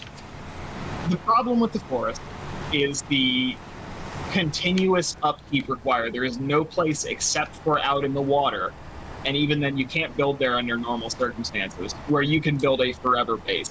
Yeah. There are always going to be increasing piles of mans who are going to try and storm your base and rip it apart limb from limb.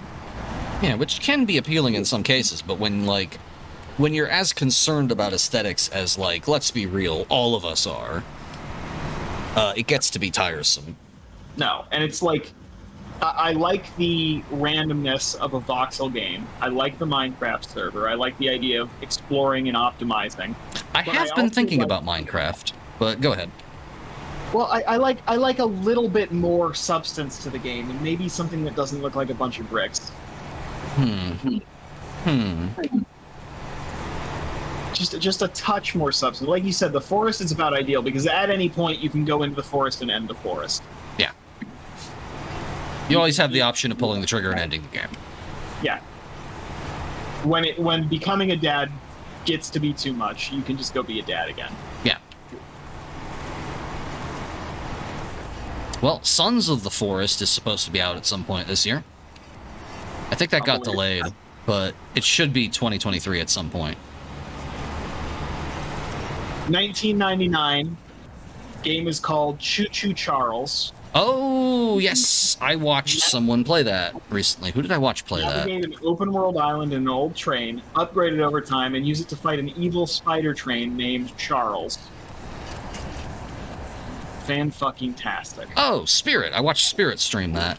That was a very good game. Not multiplayer, but very good. I would hardly recommend playing that if you're looking for something that will bring us 2 hours closer to the end of the Age of Moloch. A lot of money for 2 hours. Maybe like 3 or 4.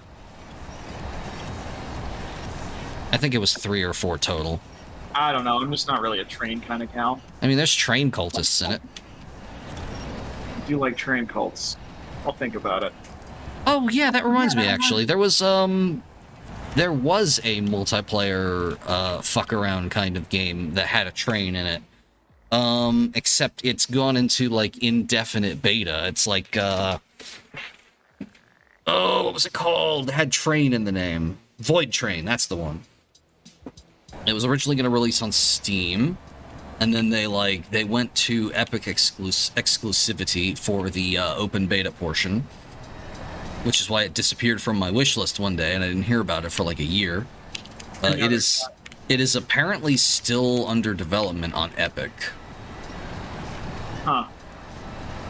But it has trains in it. You know what we haven't touched that we have seen a certain amount of? Project Zomboid. Oh yeah. Oh yeah.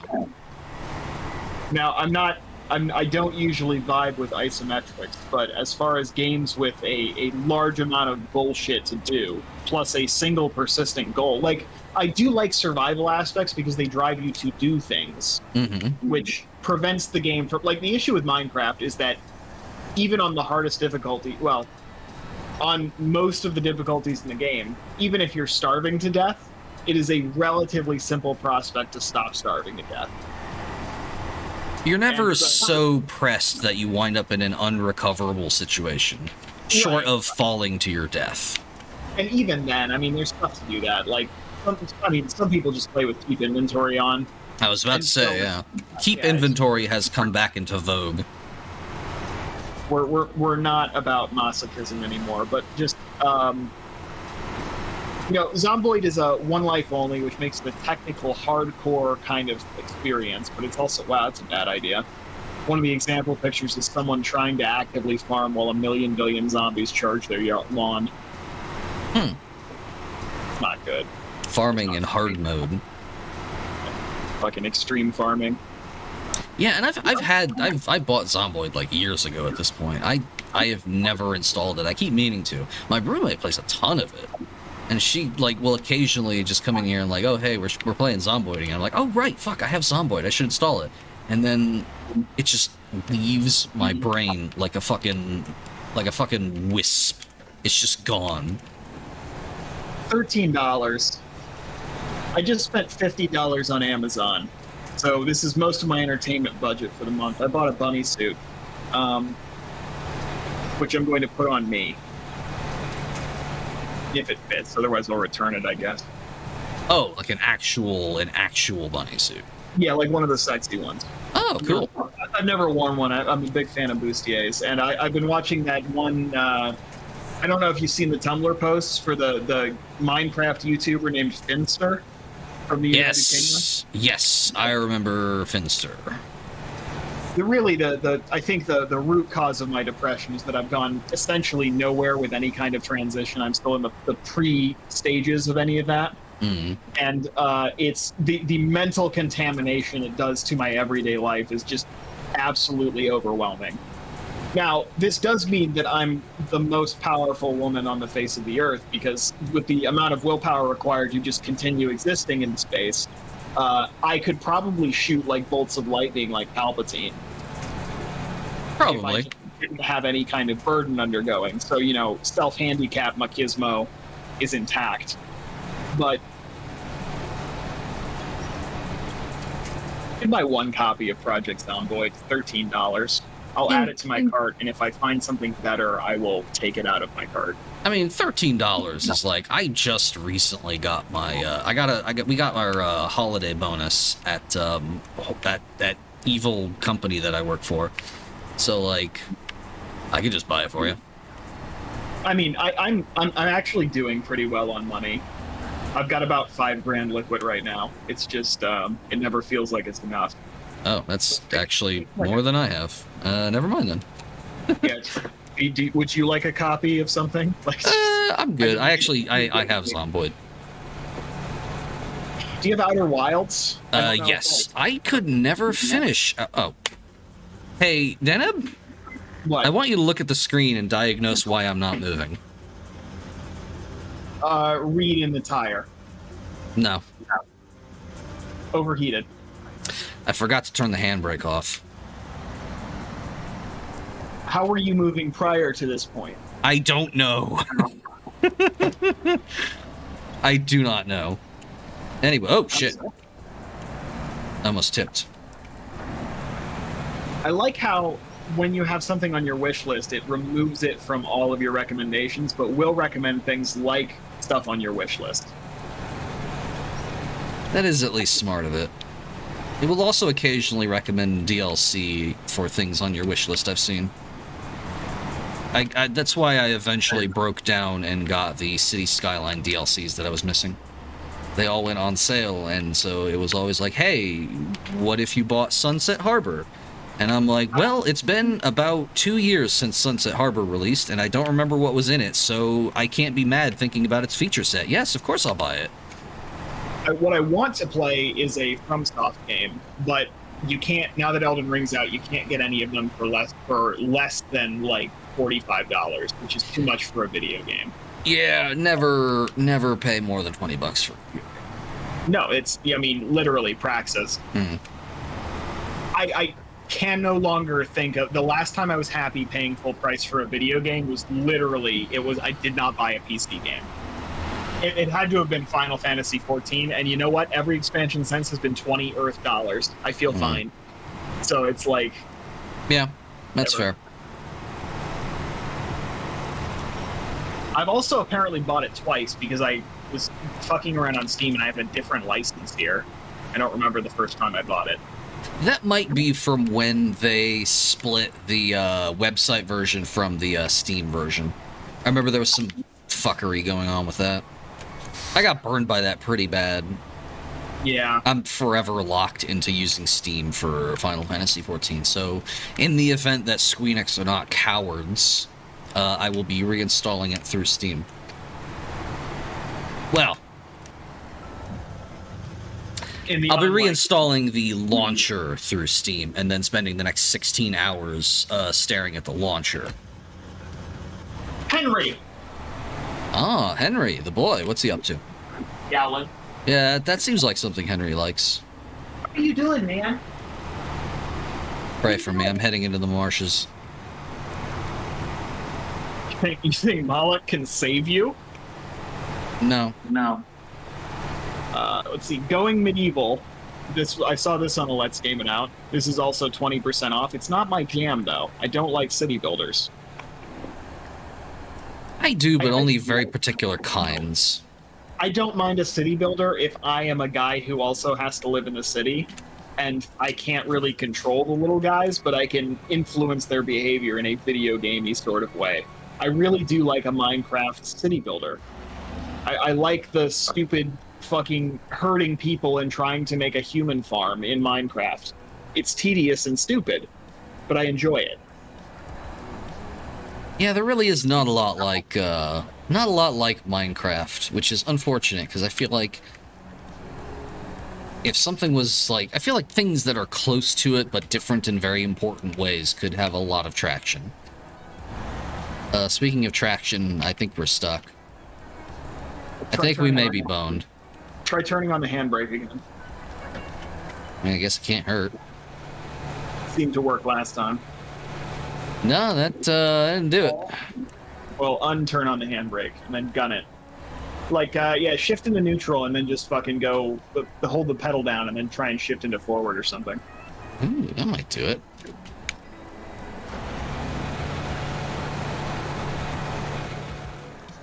Oh, Nah, yeah, that actually did bump us forward like a couple pixels. You only have to do it 600 more times. Yeah.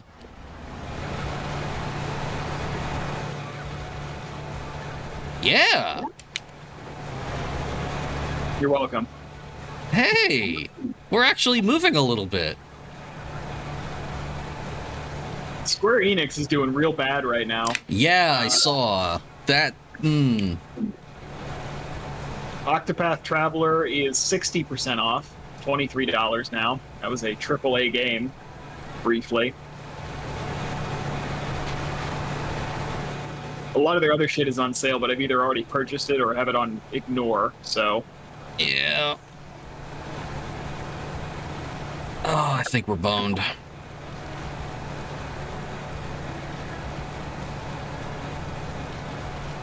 Henry, what are you doing, little man? Maybe I can back up a little bit. And then head forward. Into the mud. Oh, this sucks. Well, it's time. Since you wish for Dwarf Fortress, why not play Factorio? I would Oh, rather fuck off. Yeah, same. Since you wish for Monster Prom, why don't you play Fetish Locator Week 3? I'm sorry? Since you wish for... Fucking, I'll just screenshot this. Henry, I can't do it with one hand.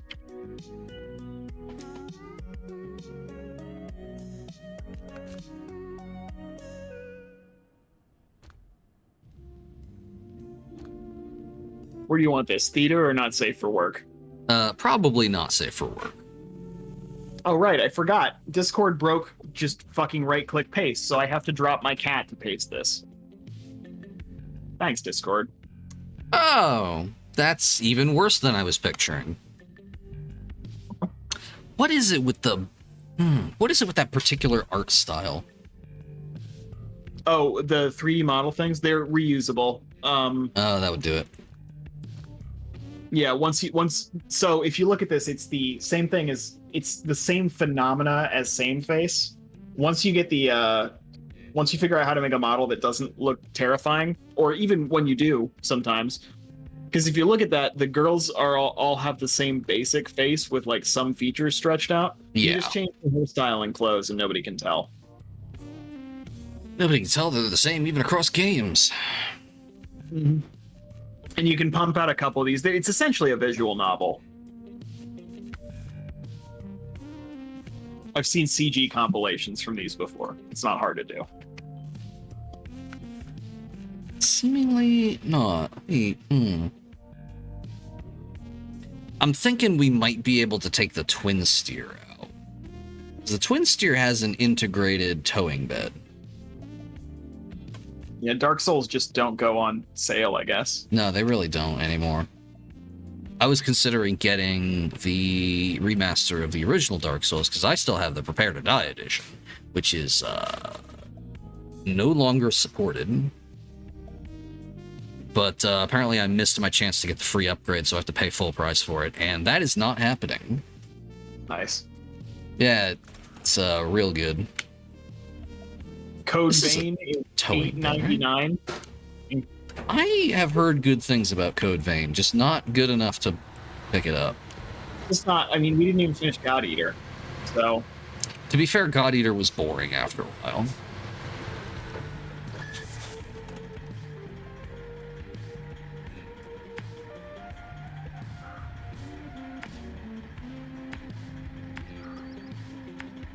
Scum, Supermax Open World Survival. Scum is not interesting to me. Let's see what we got. DayZ is still on the top of the charts. It is $22, which places it out of our fair game price range. You couldn't pay me to play that. No, Scum always seemed from its development diaries to be like it might be in an interesting place eventually, but their focus has been very odd. They have strange priorities. What is Conan Exiles? Conan Exiles is the funny wiener game. Okay. That's the game where it's Conan, but most people will just load it up during a free weekend to look at the wiener physics, and that's it. 7 Days to Die is $5.99. I don't even know what the deal with that one is. It's got every tag in the world. It's I'll apparently still fucking early bet it access. does. Yeah, I'll fucking bet it is. Looks like Fallout 4 Nazi zombies. Yeah, that sounds like an accurate depiction of the art style. Oh, okay. No, I remember what I remember. I remember the thing that was okay. I can get a 7 Days to Die 2-pack for $9.59. Hey, Deneb, go back to Scum. I want you to look and see what pre-ordering the game gets you. I want you to read that off. All right, I have to go find it again. I've gone just to survival because any kind of fuck around game is gonna be tagged. It's gonna be tagged like that, yeah. Yeah. Come on. Are you telling me the search bar doesn't fucking work? Oh, Steam. Oh, Steam. You have such Sucks issues. So fucking ass. Don't show me games in my library, man. Come on. If I wanted to play Terraria, I'd have downloaded it. V Rising, which is Vampire Rising. Supposedly that's pretty good. Muna said it was good. Moon is not still playing it, though. True.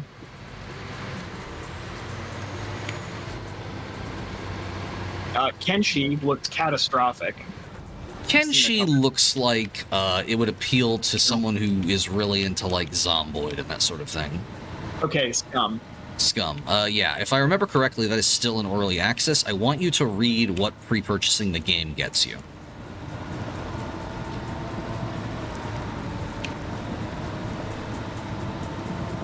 Blue glowing BCU, exclusive skull tattoo, mystery, misspelled, prison pocket item, nice watch, mini game design document, in-game developer shirt, 2 inches in length? Yeah. No. Yeah. No. If you pre-purchase Scum, you get a bigger dick.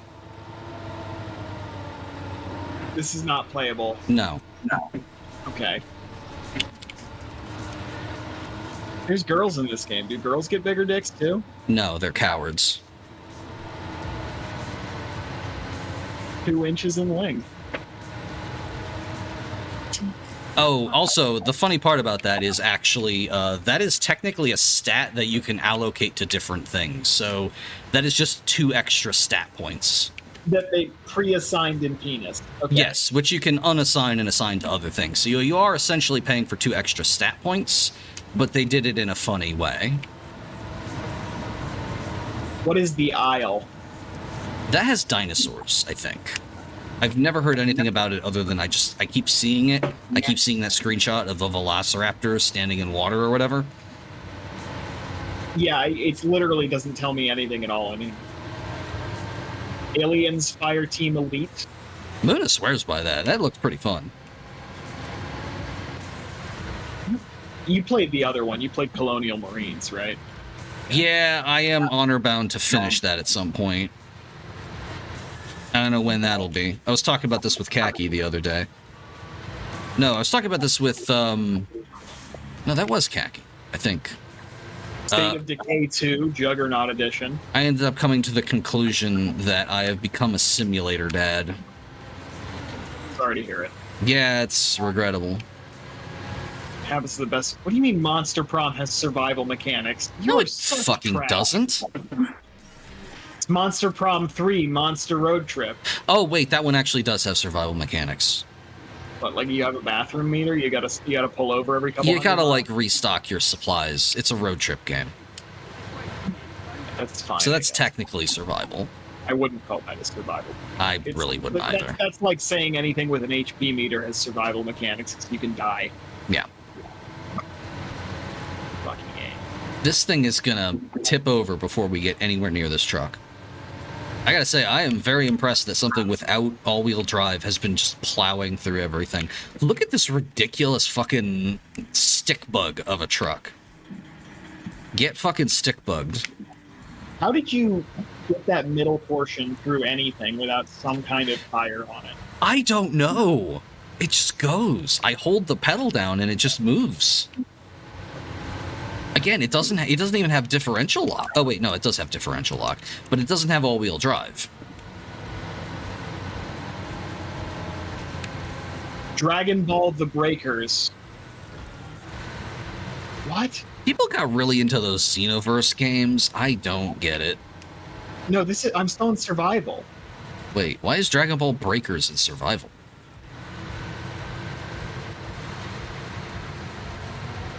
Dragon Ball The Breakers is an online asymmetrical action game in which a team of 7 ordinary citizens tries to survive the Raider, a classic Dragon Ball rival such as Cell, Frieza, or Boo, who will hunt them down and evolve during the game into an unstoppable force. It's Dead by Daylight. It's Dead by Daylight. It's Dead by Daylight. There's so many Dead by Daylights coming out now.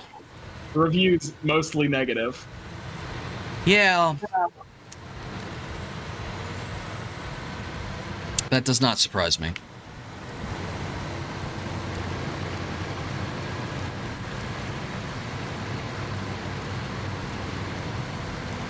Oh, it's got gacha mechanics too. Oh, I fucking bet it does. Okay. 3 strikes and it's out. Starbound is in here. Oh, we were I was just talking about Starbound with Poppy the other day. Jesus. Why do I have Starbound? Everyone owns Starbound at this point, somehow. Wow. It just appears. It just appears. It's like mold spores. It just appears in your Steam inventory. You just have it.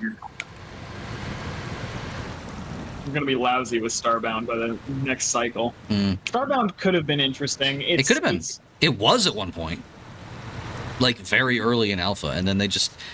Again, I cannot get over the degree to which just like the director of the game literally said to the developers, "This needs to be more like Dark Souls," and then they ruined the game.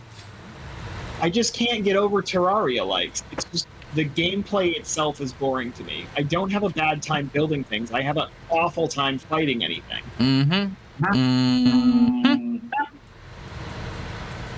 Like the meta is to fucking plant a medic next to whatever boss you're trying to spawn, and then just talk to her to get her to pay all your to heal all your wounds, and hope nothing tags her during the fight.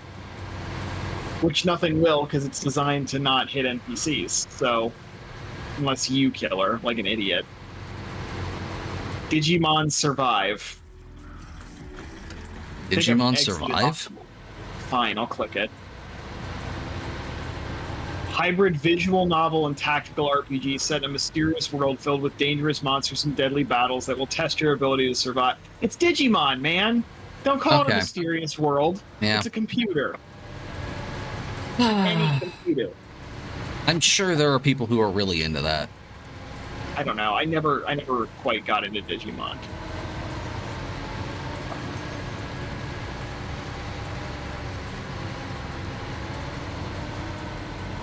Base building colony sim. I feel like if you have a colony sim, it should be exempt from survival, even if there's zombies in it, because it's a fucking colony sim, and the whole point is for them to survive. Yeah. It's not survival mechanics. No, I agree. Like, I would not call RimWorld or Dwarf Fortress or whatever a survival game. It's a colony sim, that's it. I would also say horror games are not automatically survival games, and survival horror is not really a genre at this point. It means something, but it doesn't mean it is a survival game or a horror game. It means it is a shooter, and something there is scary. Yeah, and occasionally you might run out of ammo. Yeah. That's basically it. Theoretically. I still can't believe they're remaking Resident Evil 4. Like, it was already perfect. They'll probably add a new tofu guy in it or something. Yeah, probably. I don't feel that strongly about it. I was never a Resident Evil baby. You can get the original Resident Evil 4 for $5. I'll bet. I have a disease that makes me think that the best version of the game was the Wii one, so I can never replay it again, which is keeping me from having to go home. Oh, Pathologic is 70% off right now. It's $10. The original Pathologic or Pathologic 2? Pathologic 2, the good one. Oh. Well, I mean, the better one. They're both, like, I wouldn't necessarily call one the bad one. Okay, it was just one different. Of them is playable, and the other one is good. I mean, the fact that it's not playable is the point. Yeah, we've all seen the video essay, but like the one that you actually can play. I played it. I actually played Pathologic. I didn't finish it, but I played it. Story of everyone's life, right? Yeah, pretty much. So it's $10.49 to get Pathologic 2 by itself, or you can get it in a bundle with something called Darkwood for $11.98. Darkwood? That sounds familiar. It's gotta be Slopjank, right? It's gotta be, right? Yeah. Is it also Ice Pick Lodge? It's Acid Wizard Studio. Oh, okay, yeah, it's a different one that I'm thinking of. I think that's the top-down kind of night vision aesthetic. Yeah, it's got like a flashlight kind of thing. I think Grimbeard did a video on that one once. Seems like Grimbeard's shit. Oh yeah, it seems extremely his aesthetic. Grimbeard's shit has almost like a 0% overlap with my shit, though. Yeah, no, same. Which is weird, because like I really enjoy the videos and music, but not many of the games. I was admittedly mostly in it for the Supernatural reviews, and now that those are gone, I've fallen off a bit. The Grimbeard reviews are very good as far as just something to watch, but I don't usually rewatch them. Also, he's pissed off the algorithm somehow, so Grimbeard videos don't show up in my recommendations very often. So that's neat. Huh. I have to hope the bot got it, and then I check most of our bot things about once a month or so. That's probably smart. They do miss quite a bit. People are still trying to buy We Happy Few. We Happy Few is good lord. 90% off. That's still Currently too much. $5.99. They are still trying to charge $60 full price. Yeah, this is probably on a forever sale, though. 90% off is still too much for that. Yeah. I'd play We Happy Few for free once. I wouldn't play it for free. I would play it if somebody paid me $5. It costs $5, so if I buy it for you, you'll have to play it, right? Hello Neighbor, 75% off. No, fuck off. No, I already read about that one. I don't want to play that. There's a sequel. I don't care. Good. Black Skylands is a base building airship simulator. $12.99. Oh yeah, I saw some footage of that. That looks fine. Top It was. down. Not It was the thing that reminded me to look into what happened to Void Train. right. So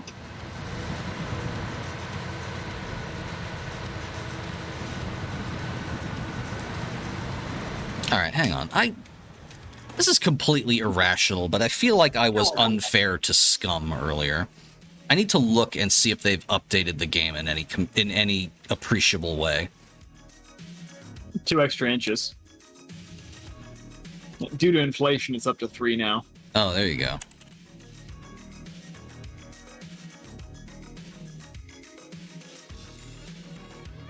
Oh, you can pay $15 to put Danny Trejo in the game. I would do that. That doesn't seem bad. Like in any game? You know, I'm actually not sure in what way he is articulated into the game. Let me see here. Game of Do you my play choice. as him? You get to play as Danny Trejo. Well, I'm not sure about that one. It seems a little. I guess you get all his little comments. He doesn't just show up. You know? I guess he does appear to be fully voiced. It's the problem with paying to put Danny Trejo in the game is I played Fallout New Vegas, and I'm not sure if your memory is perfectly good because he never seems to make it to any of those video essays that everyone talks about. But Danny Trejo plays Raoul, the cowboy ghoul. Oh yeah, that is true. If you were going to pay for a video game that has Danny Trejo in it, just buy Fallout New Vegas. Right. Okay, they added radiation poisoning. getting lured in. Free-to-play game called Soul Dossier, which says it has sexual content and nudity. And horror. What? That's worrying. Soul Dossier is a multiplayer game based on Oriental culture, 5vs1. The game is based on a variety of traditional Oriental cultures, including 5 elements, 8 diagrams, and folklore. Trigrams is the word they were looking for, I think. They put commerce in Scum. Wasn't there always commerce in Scum? No, there's like a bank. You can buy gold and put it in your bank. What the fresh fuck is this? I guess it's like a persistent progression mechanic, because when your character dies, they're just dead. But presumably they have access to the same account.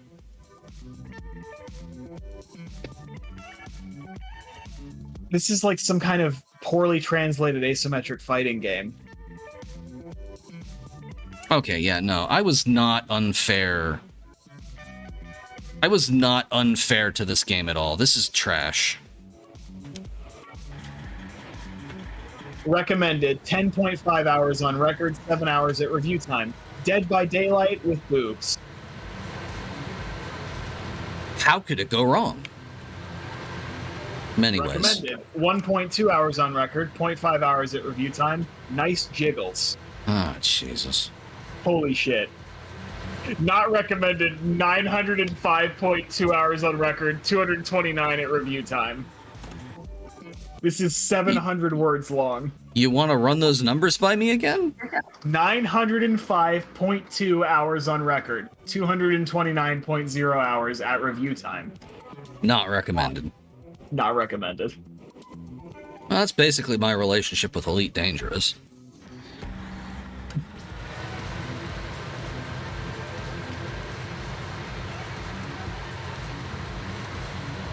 I don't think anyone likes this game.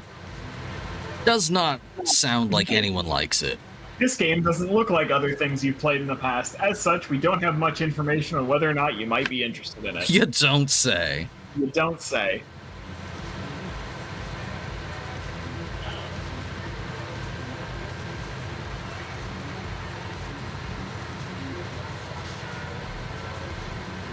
Worm Online. Oh, that's that thing that, fucking, what's his name? Eminem guy worked on before he did, didn't make Minecraft, which was made by Hatsune Miku. You worked on something? Yeah, Worm Online. Huh. I sort of thought he just appeared. You know, one Ludum Dare, he showed up with somebody's stolen work and then fucking carried it all the way to Microsoft. I mean, that is basically what happened vis-a-vis Infiniminer, but he did also work on Worm Online before that. I remember Something Awful got really into Worm Online at one point. I don't know why. I think because the possibilities of griefing people were very robust. What do you mean this is in my library? What the fuck is this? Do you own Worm Online? No. Worm Online is free. What is Desolate? Oh, Desolate. What the fuck is Desolate? Desolate is a first-person horror survival experience. Form a research team with up to 4 players to explore an open world filled with mysteries. This is nothing. Why do I own this? I'm having a very sinking feeling. I need to look at my Steam library. Did we all get fucking wasted? Did we all have a pact when we bought this or something?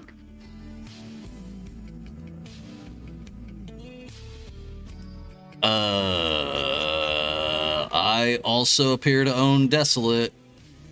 It's in my favorites. I don't know why. I haven't thought about this game at any single point before this moment. Fine, let's download Desolate. Well, I'll play it with you this weekend. Yeah, fuck it, why not? We'll make the time. We'll see what exactly the deal with it is. There has to be a reason we bought it, right? Like, there's reason in all things we do. But because of Moloch, yeah. My thought is the description mentioned Stalker. Oh, Fuck, yeah, okay, I remember now. Yeah, no, we all got it because we were all really into, We were theoretically interested in the idea of stalking. yeah. And I'll buy Zomboid. That's 2 games. So one of these is probably going to be a winner. If nothing else, Zomboid is very moddable. Yeah. Henry, shut up! I'm not letting you out! Hi, Henry. He says hi. Oh, I hit a tree. Don't do that. I'm trying. I'm gonna make some food. Okay, I'm gonna try and winch this truck out. And that's either gonna work or it's not gonna work. Regardless of what happens there, I think that'll be the end of the stream.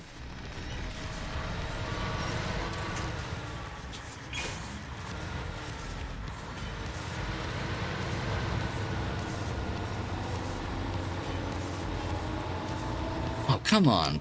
That can't be stopping my path.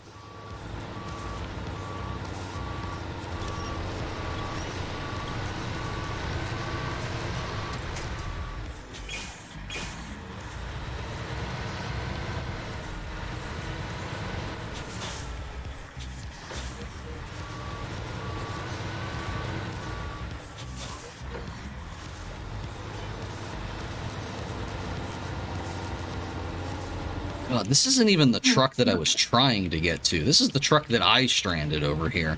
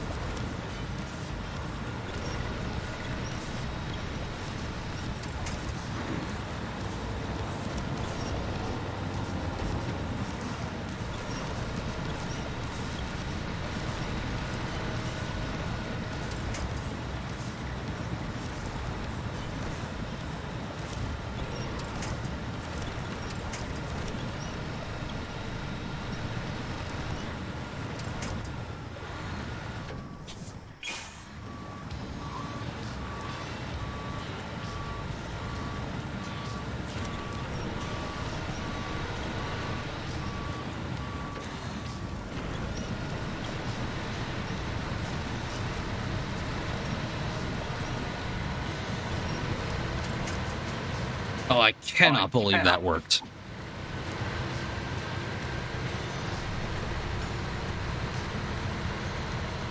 I don't know why I thought this would be a good idea. It's like, this truck is nothing but surface area.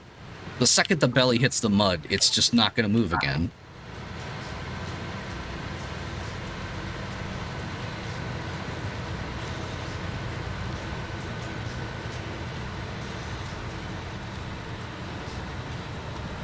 Oh, come on, baby.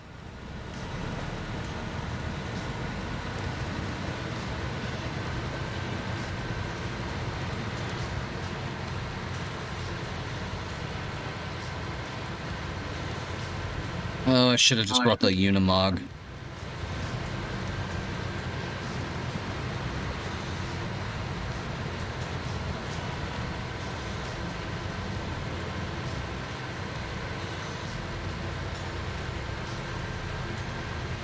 Oh shit.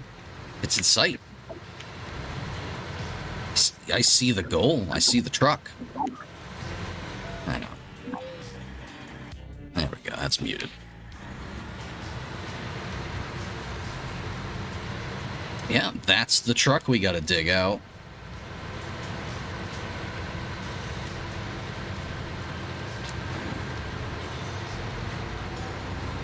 Well, this'll be real easy. And by that I mean logistically difficult.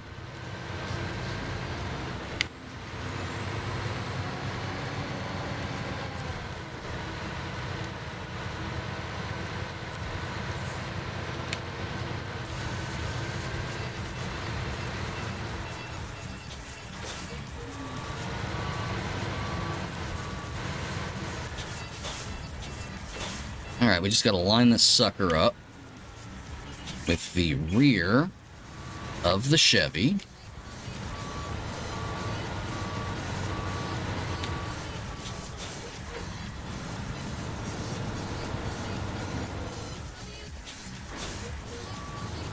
Or, you know, as close to it as we can get.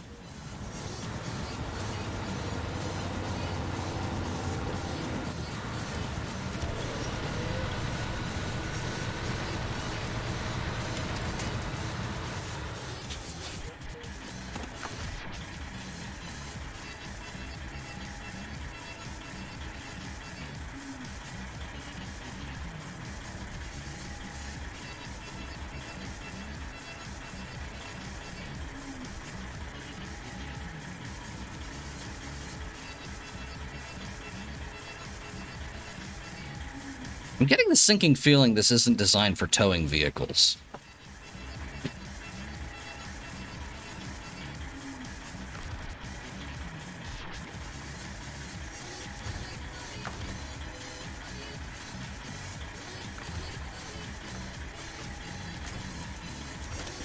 Well, that's perfectly fine.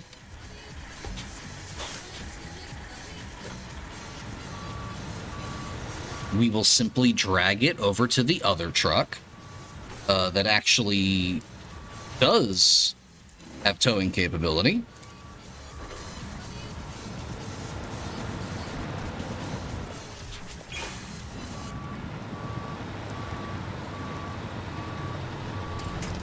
Hang on.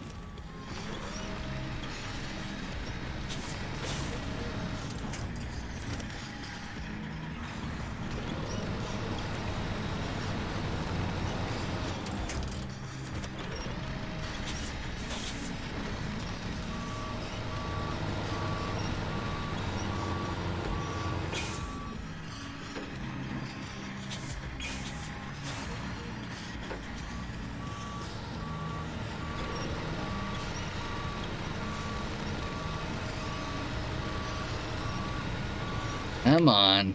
Come on, you big bastard. You got up here in the first place.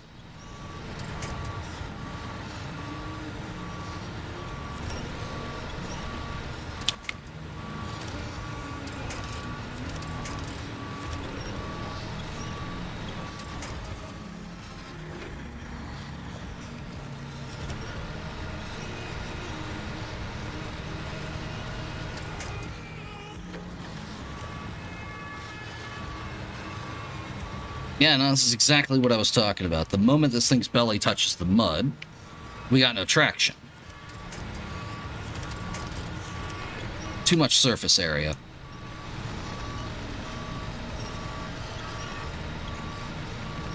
No, this was not the correct truck. Nope, that's also not the right button.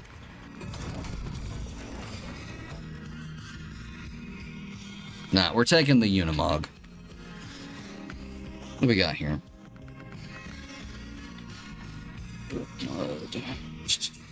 41 inches. Centurion. 3.8. 3.5. 2.8.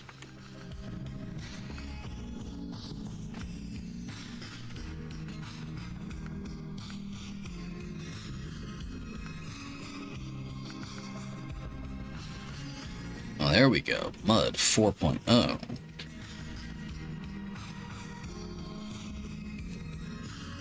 Yeah, alright. Let's fit some mud tires. Probably don't need the crane. We probably don't need the crane. Or the low saddle.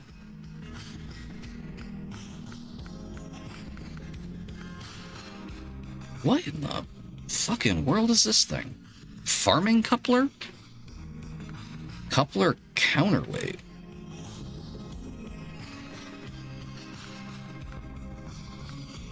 Oh, I guess that's for the farming DLC. Alright, yeah, no, we don't need that. No, we just need something with a very powerful winch. Fruit fine-tune. Standard aftermarket. Yeah, this'll suffice. We'll get there very quickly.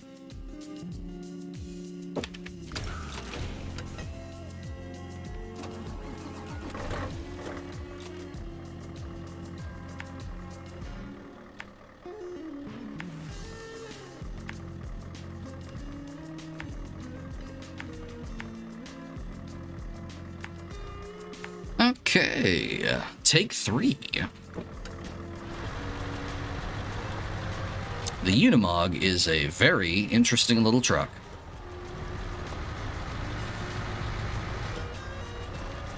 Oh god, we're like 2.5 hours. Jesus. I didn't realize we were overtime.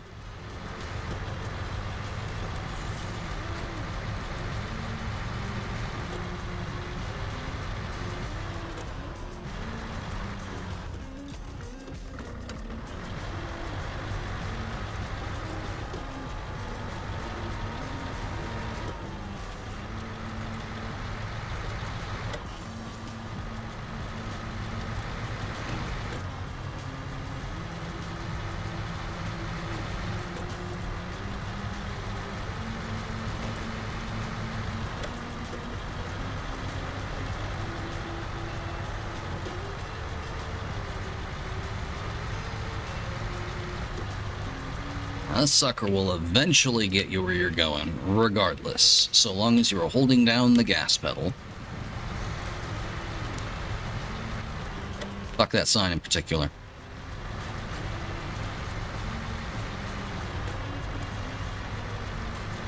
I've only ever run into one thing that the Unimog couldn't tow.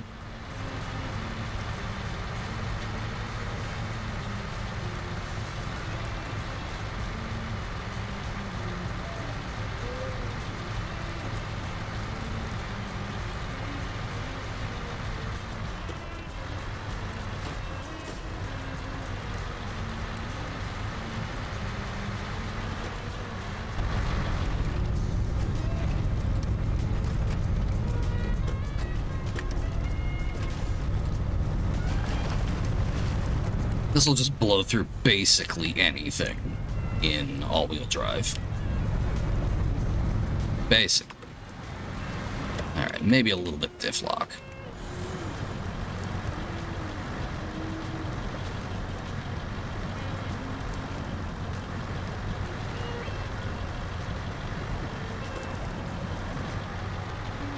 There we go. Perfect.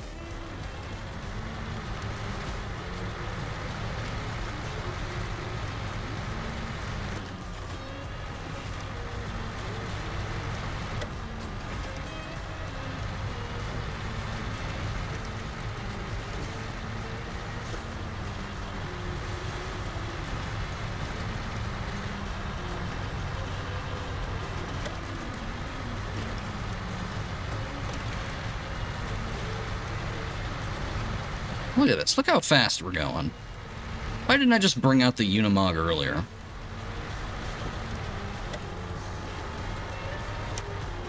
The answer, of course, is that if I'm always using the Unimog for everything, it becomes boring. Special occasions only.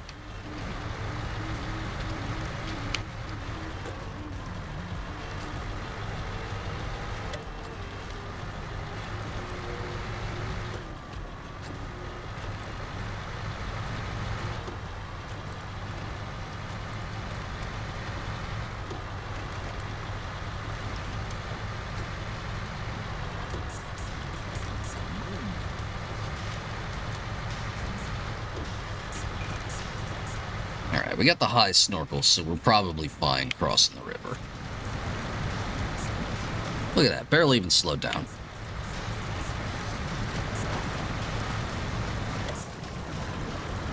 I say, and then immediately slow down.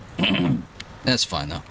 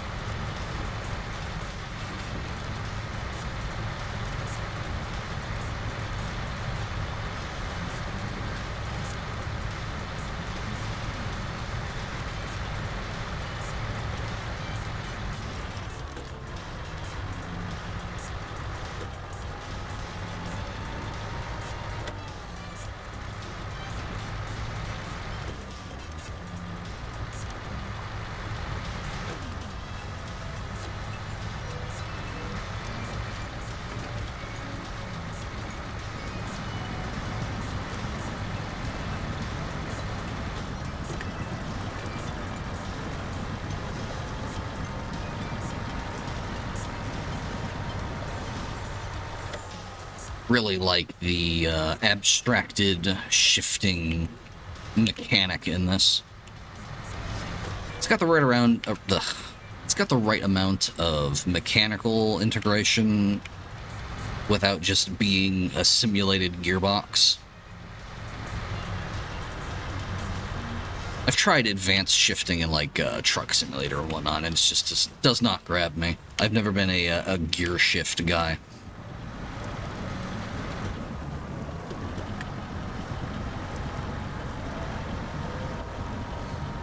Cockpit camera not available underwater. What about now? No, still not available.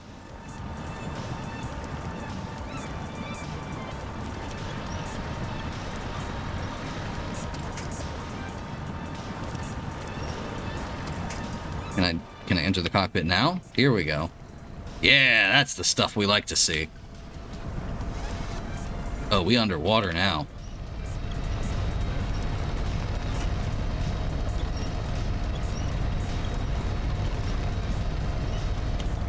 We're fine. Fuck you, nature. Oh, might want to actually release the winch.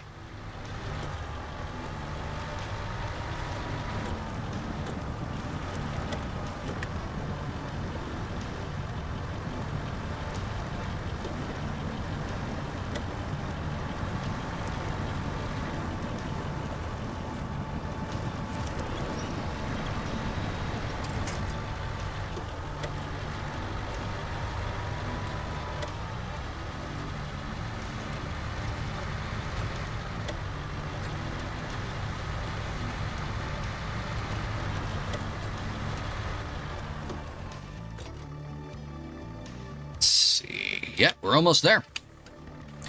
Then this will either work or it won't.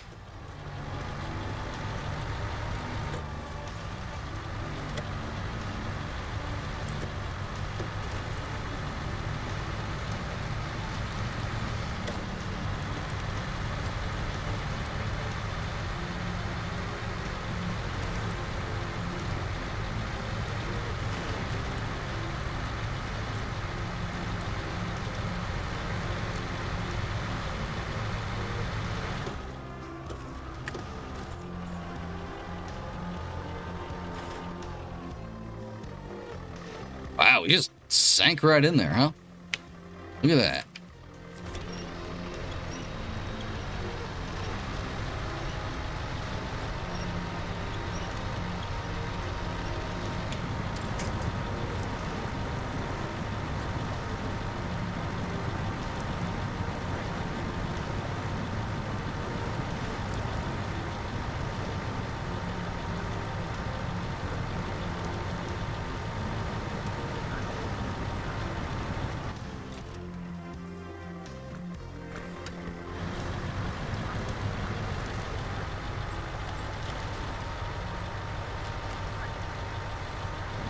2 sets of tire tracks from 2 doomed vehicles.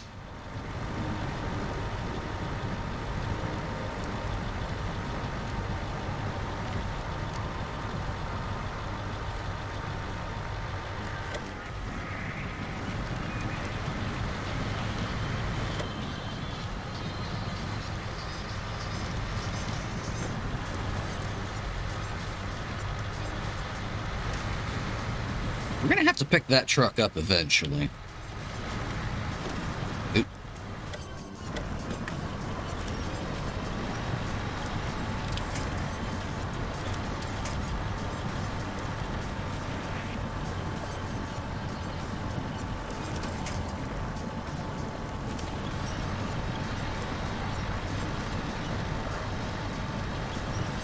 Come on.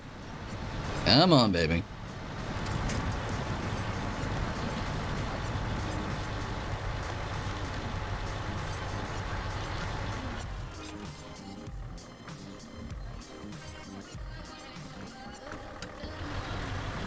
Alright, so there's doomed truck number 1.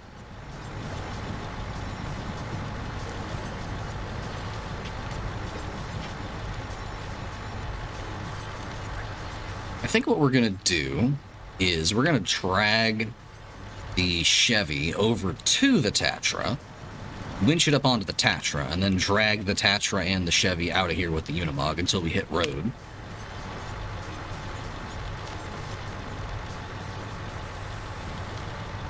Alternately, I could probably just drag the Chevy all the way to the drop-off point.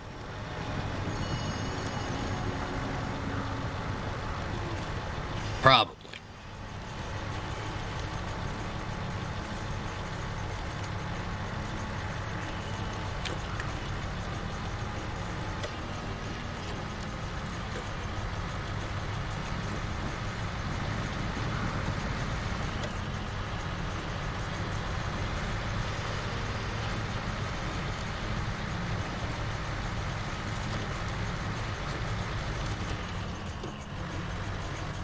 Let's briefly take stock of the situation here. So we got us a pickup truck here. This pickup truck needs to go here.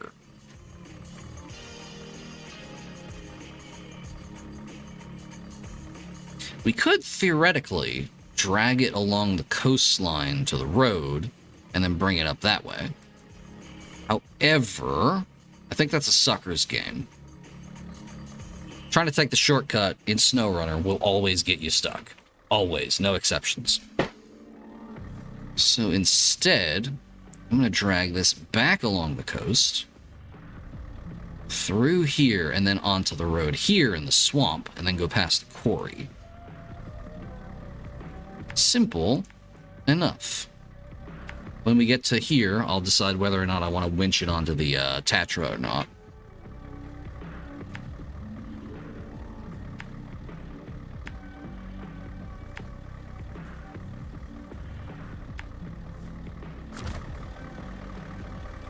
All right.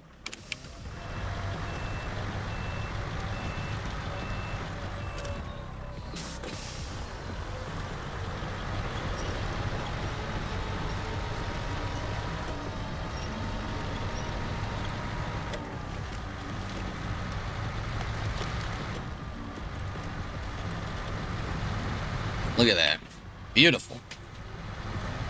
I think I am going to put it on the Tatra, though, because I at least once want to see the towing bed work the way it's intended to. Just once.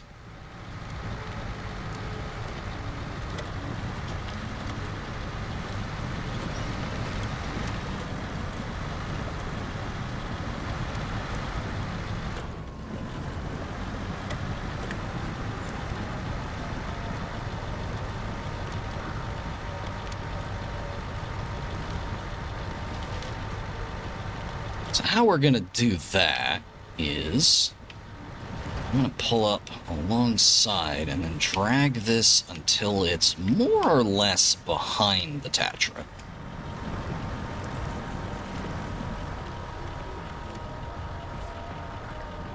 Or maybe I'll just sink into the fucking mud. Who knows? Wild card.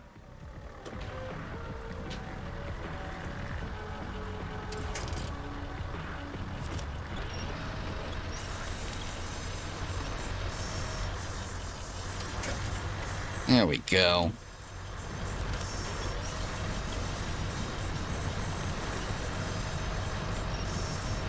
Can use other trucks as tow anchors. Good to remember.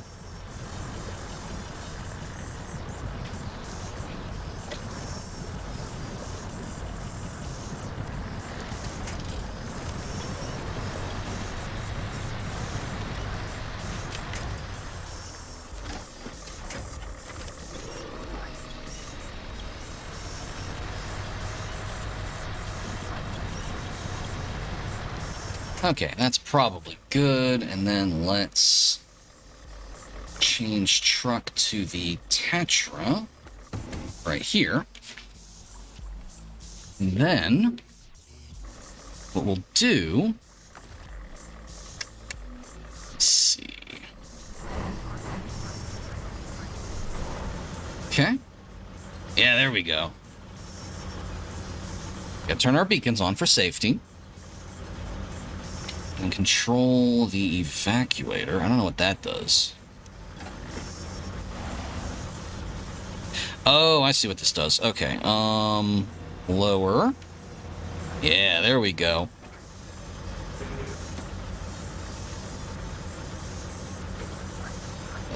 Hang on.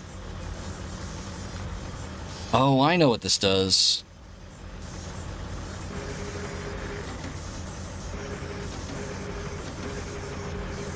Alright, that's interesting. That's neat. That's cool. I'm gonna extend it just into the mud right there. That works fine.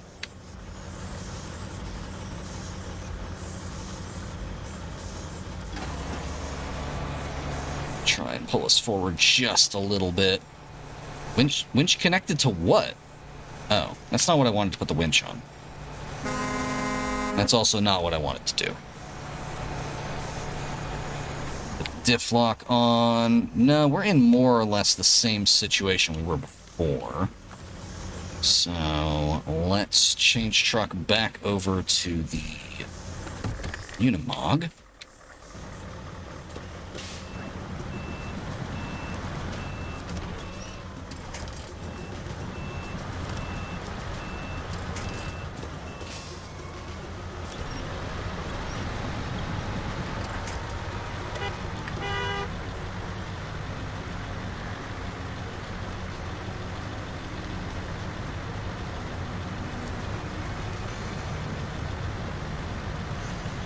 Yeah, ironically, the water seems to be safer than the mud.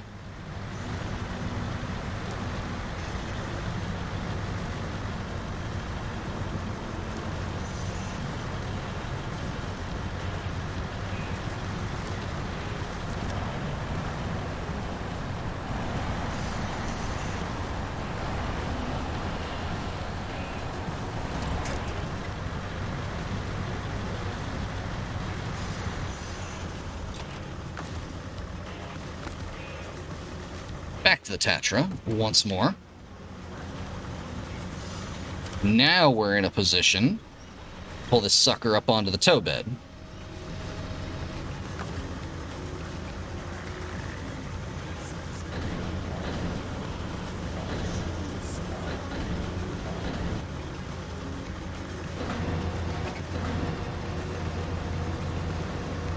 There we go.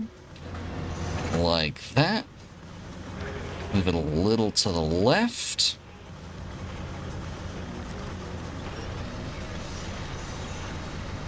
Come on, baby.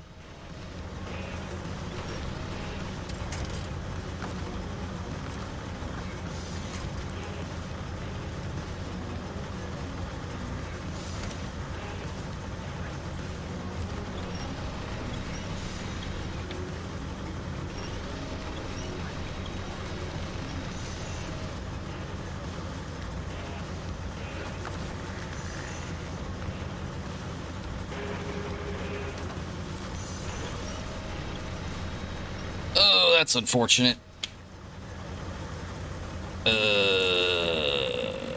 Maybe... Hear me out. Maybe I can just kind of pancake flip this sucker up onto it. Maybe. Just maybe. Actually, wait a minute, hang on. I know what I can do. attach winch from here to here, and then simply pull the winch. And,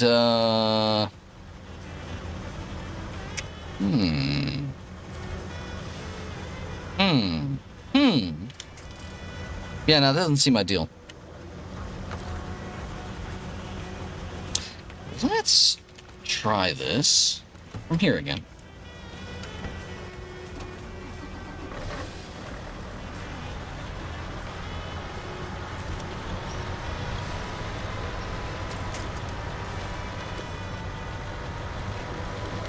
I'm gonna give this a little bit of a positional reset.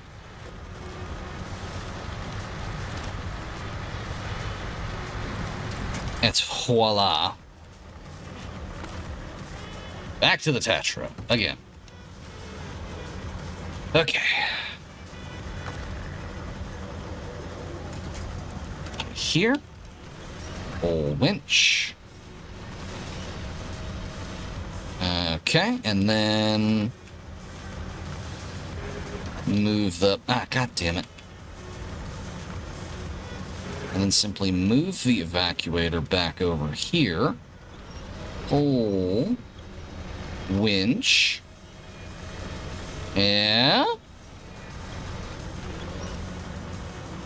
Oh, that's looking good. And then control evacuator.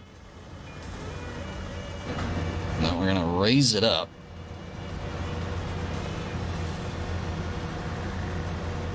And then bring it in. Pull the winch until it's flush.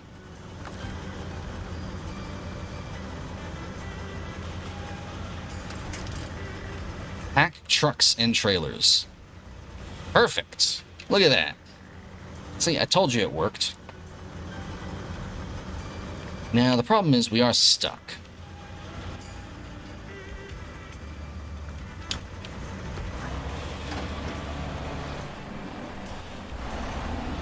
With no visible winch attachment points, so we will be switching back over to the Unimog again to get us out of this pickle.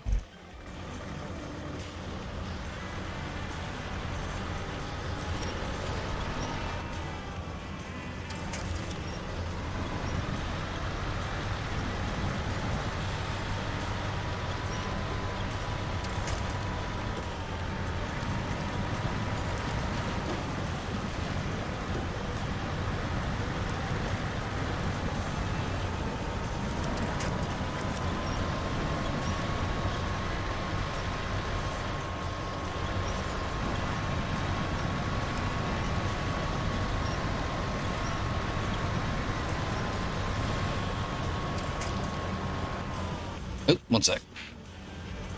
Hello, welcome back. We're still having truck problems. That's fine I though. heard some of it. I had your volume on downstairs. Ah, I went to go flip my laundry over and finish dinner. Oh, cool. Cool. We have almost solved this devious truck puzzle. It's just tricky.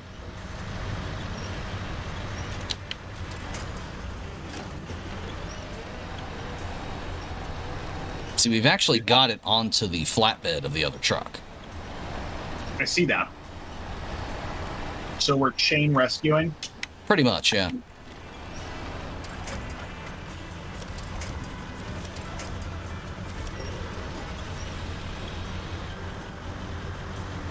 We need to get from here over to here. So we're essentially winching one truck and then using that truck to winch the other truck. Tandem winching.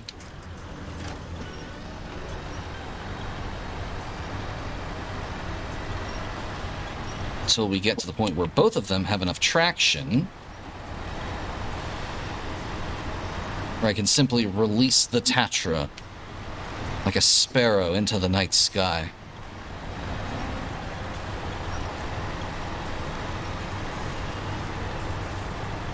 Fun feature, incidentally. when you have two trucks winched to each other, you can turn on the engine of the one you're towing and have it operate under its own power as well. So you can see that the Tatra is, in fact, driving behind me.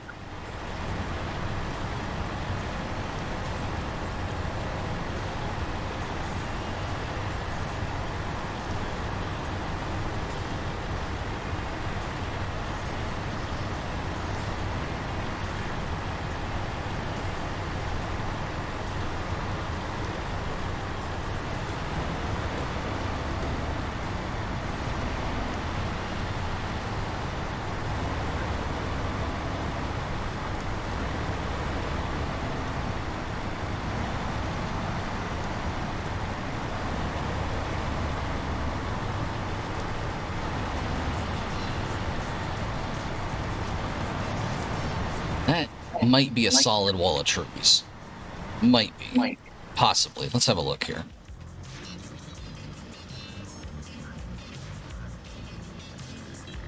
Might want to do then. Go around there. Here we go.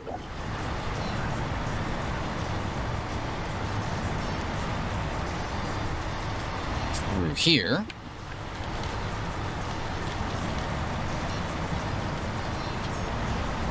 And back up. Here.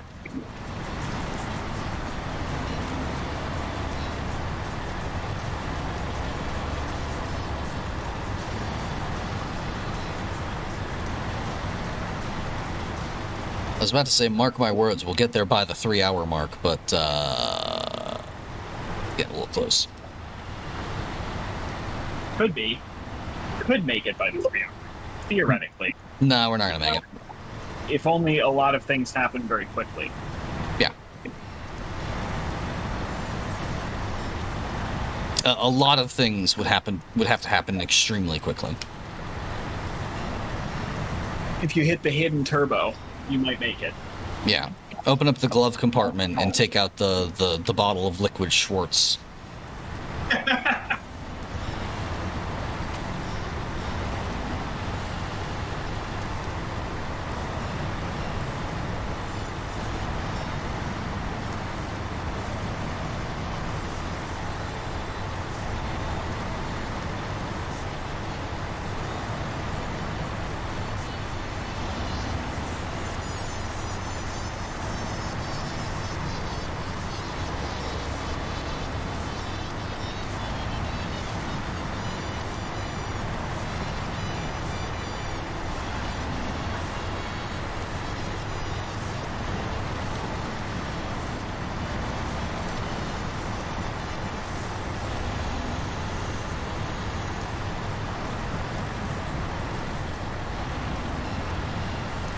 Come on, we're so close to the road.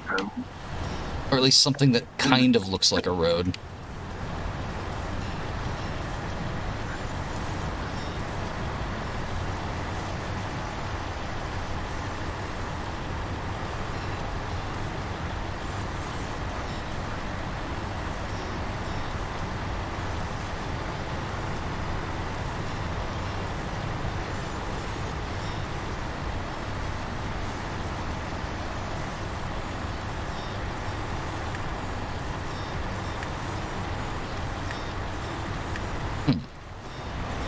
I just noticed you can see the drive shaft turning inside there.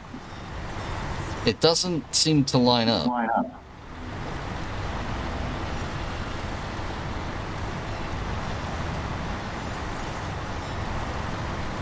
I'm gonna release the Tatra.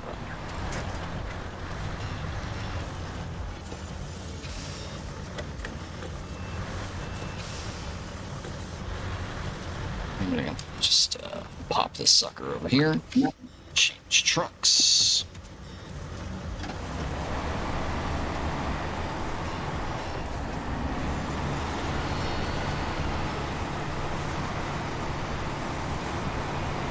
Look at that. Beautiful.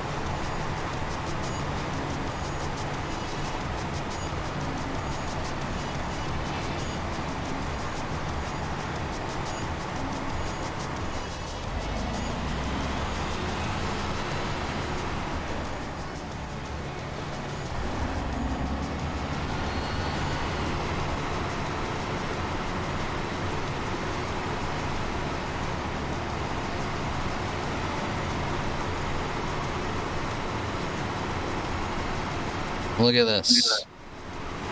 We're free. Oh, that's a very deep pit. Let's not fall in that.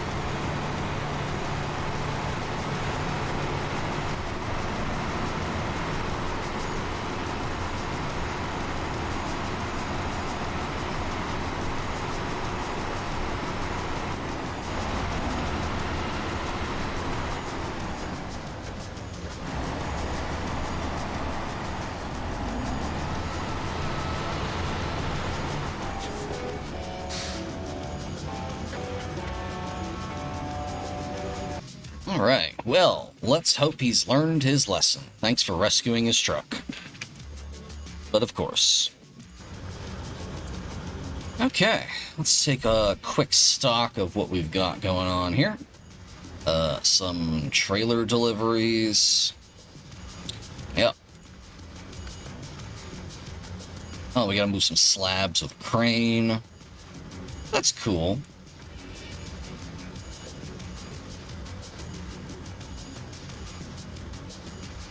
Pick them up from here and drop them off here. Concrete slabs are an interesting cargo because unlike such as concrete blocks, these are larger, trickier cargoes, and they do require a crane. So that'll be... Ah, you're back again. As things are known to, yes, sometimes you do have to move things with a crane. I remember last time we streamed this, we had to remove a bunch of oil barrels from the river using a crane. That was a lot of fun. But I think for now, that's gonna be it for us. I'm gonna back on out of here and save the game. How do you... Oh, I think it just auto-saves, yeah. And with that... We've completed the snow run. We have completed the snow run. Thanks y'all for coming by, for watching our trucking misadventures. Let's go with misadventures seems the most Tremendous. Yes. I may have briefly forgotten how to play the game, but I'm getting back into it now. I think we probably will be playing more SnowRunner on Thursday. Maybe. I don't know. We'll figure it out then. Maybe I'll feel more like space. Probably more SnowRunner, though. I am vibing with this heavily. I forgot how much I like playing this. Can't see the damn keelback. Huh? What? Robbing me of my chance to see my beloved keelback again. I did get the keel back. We could do that. I probably won't be able to watch on Thursday. I'm out of town. Oh, yeah, that's unfortunate then. Well, we'll see what circumstances befall us in Moloch's infinite wisdom.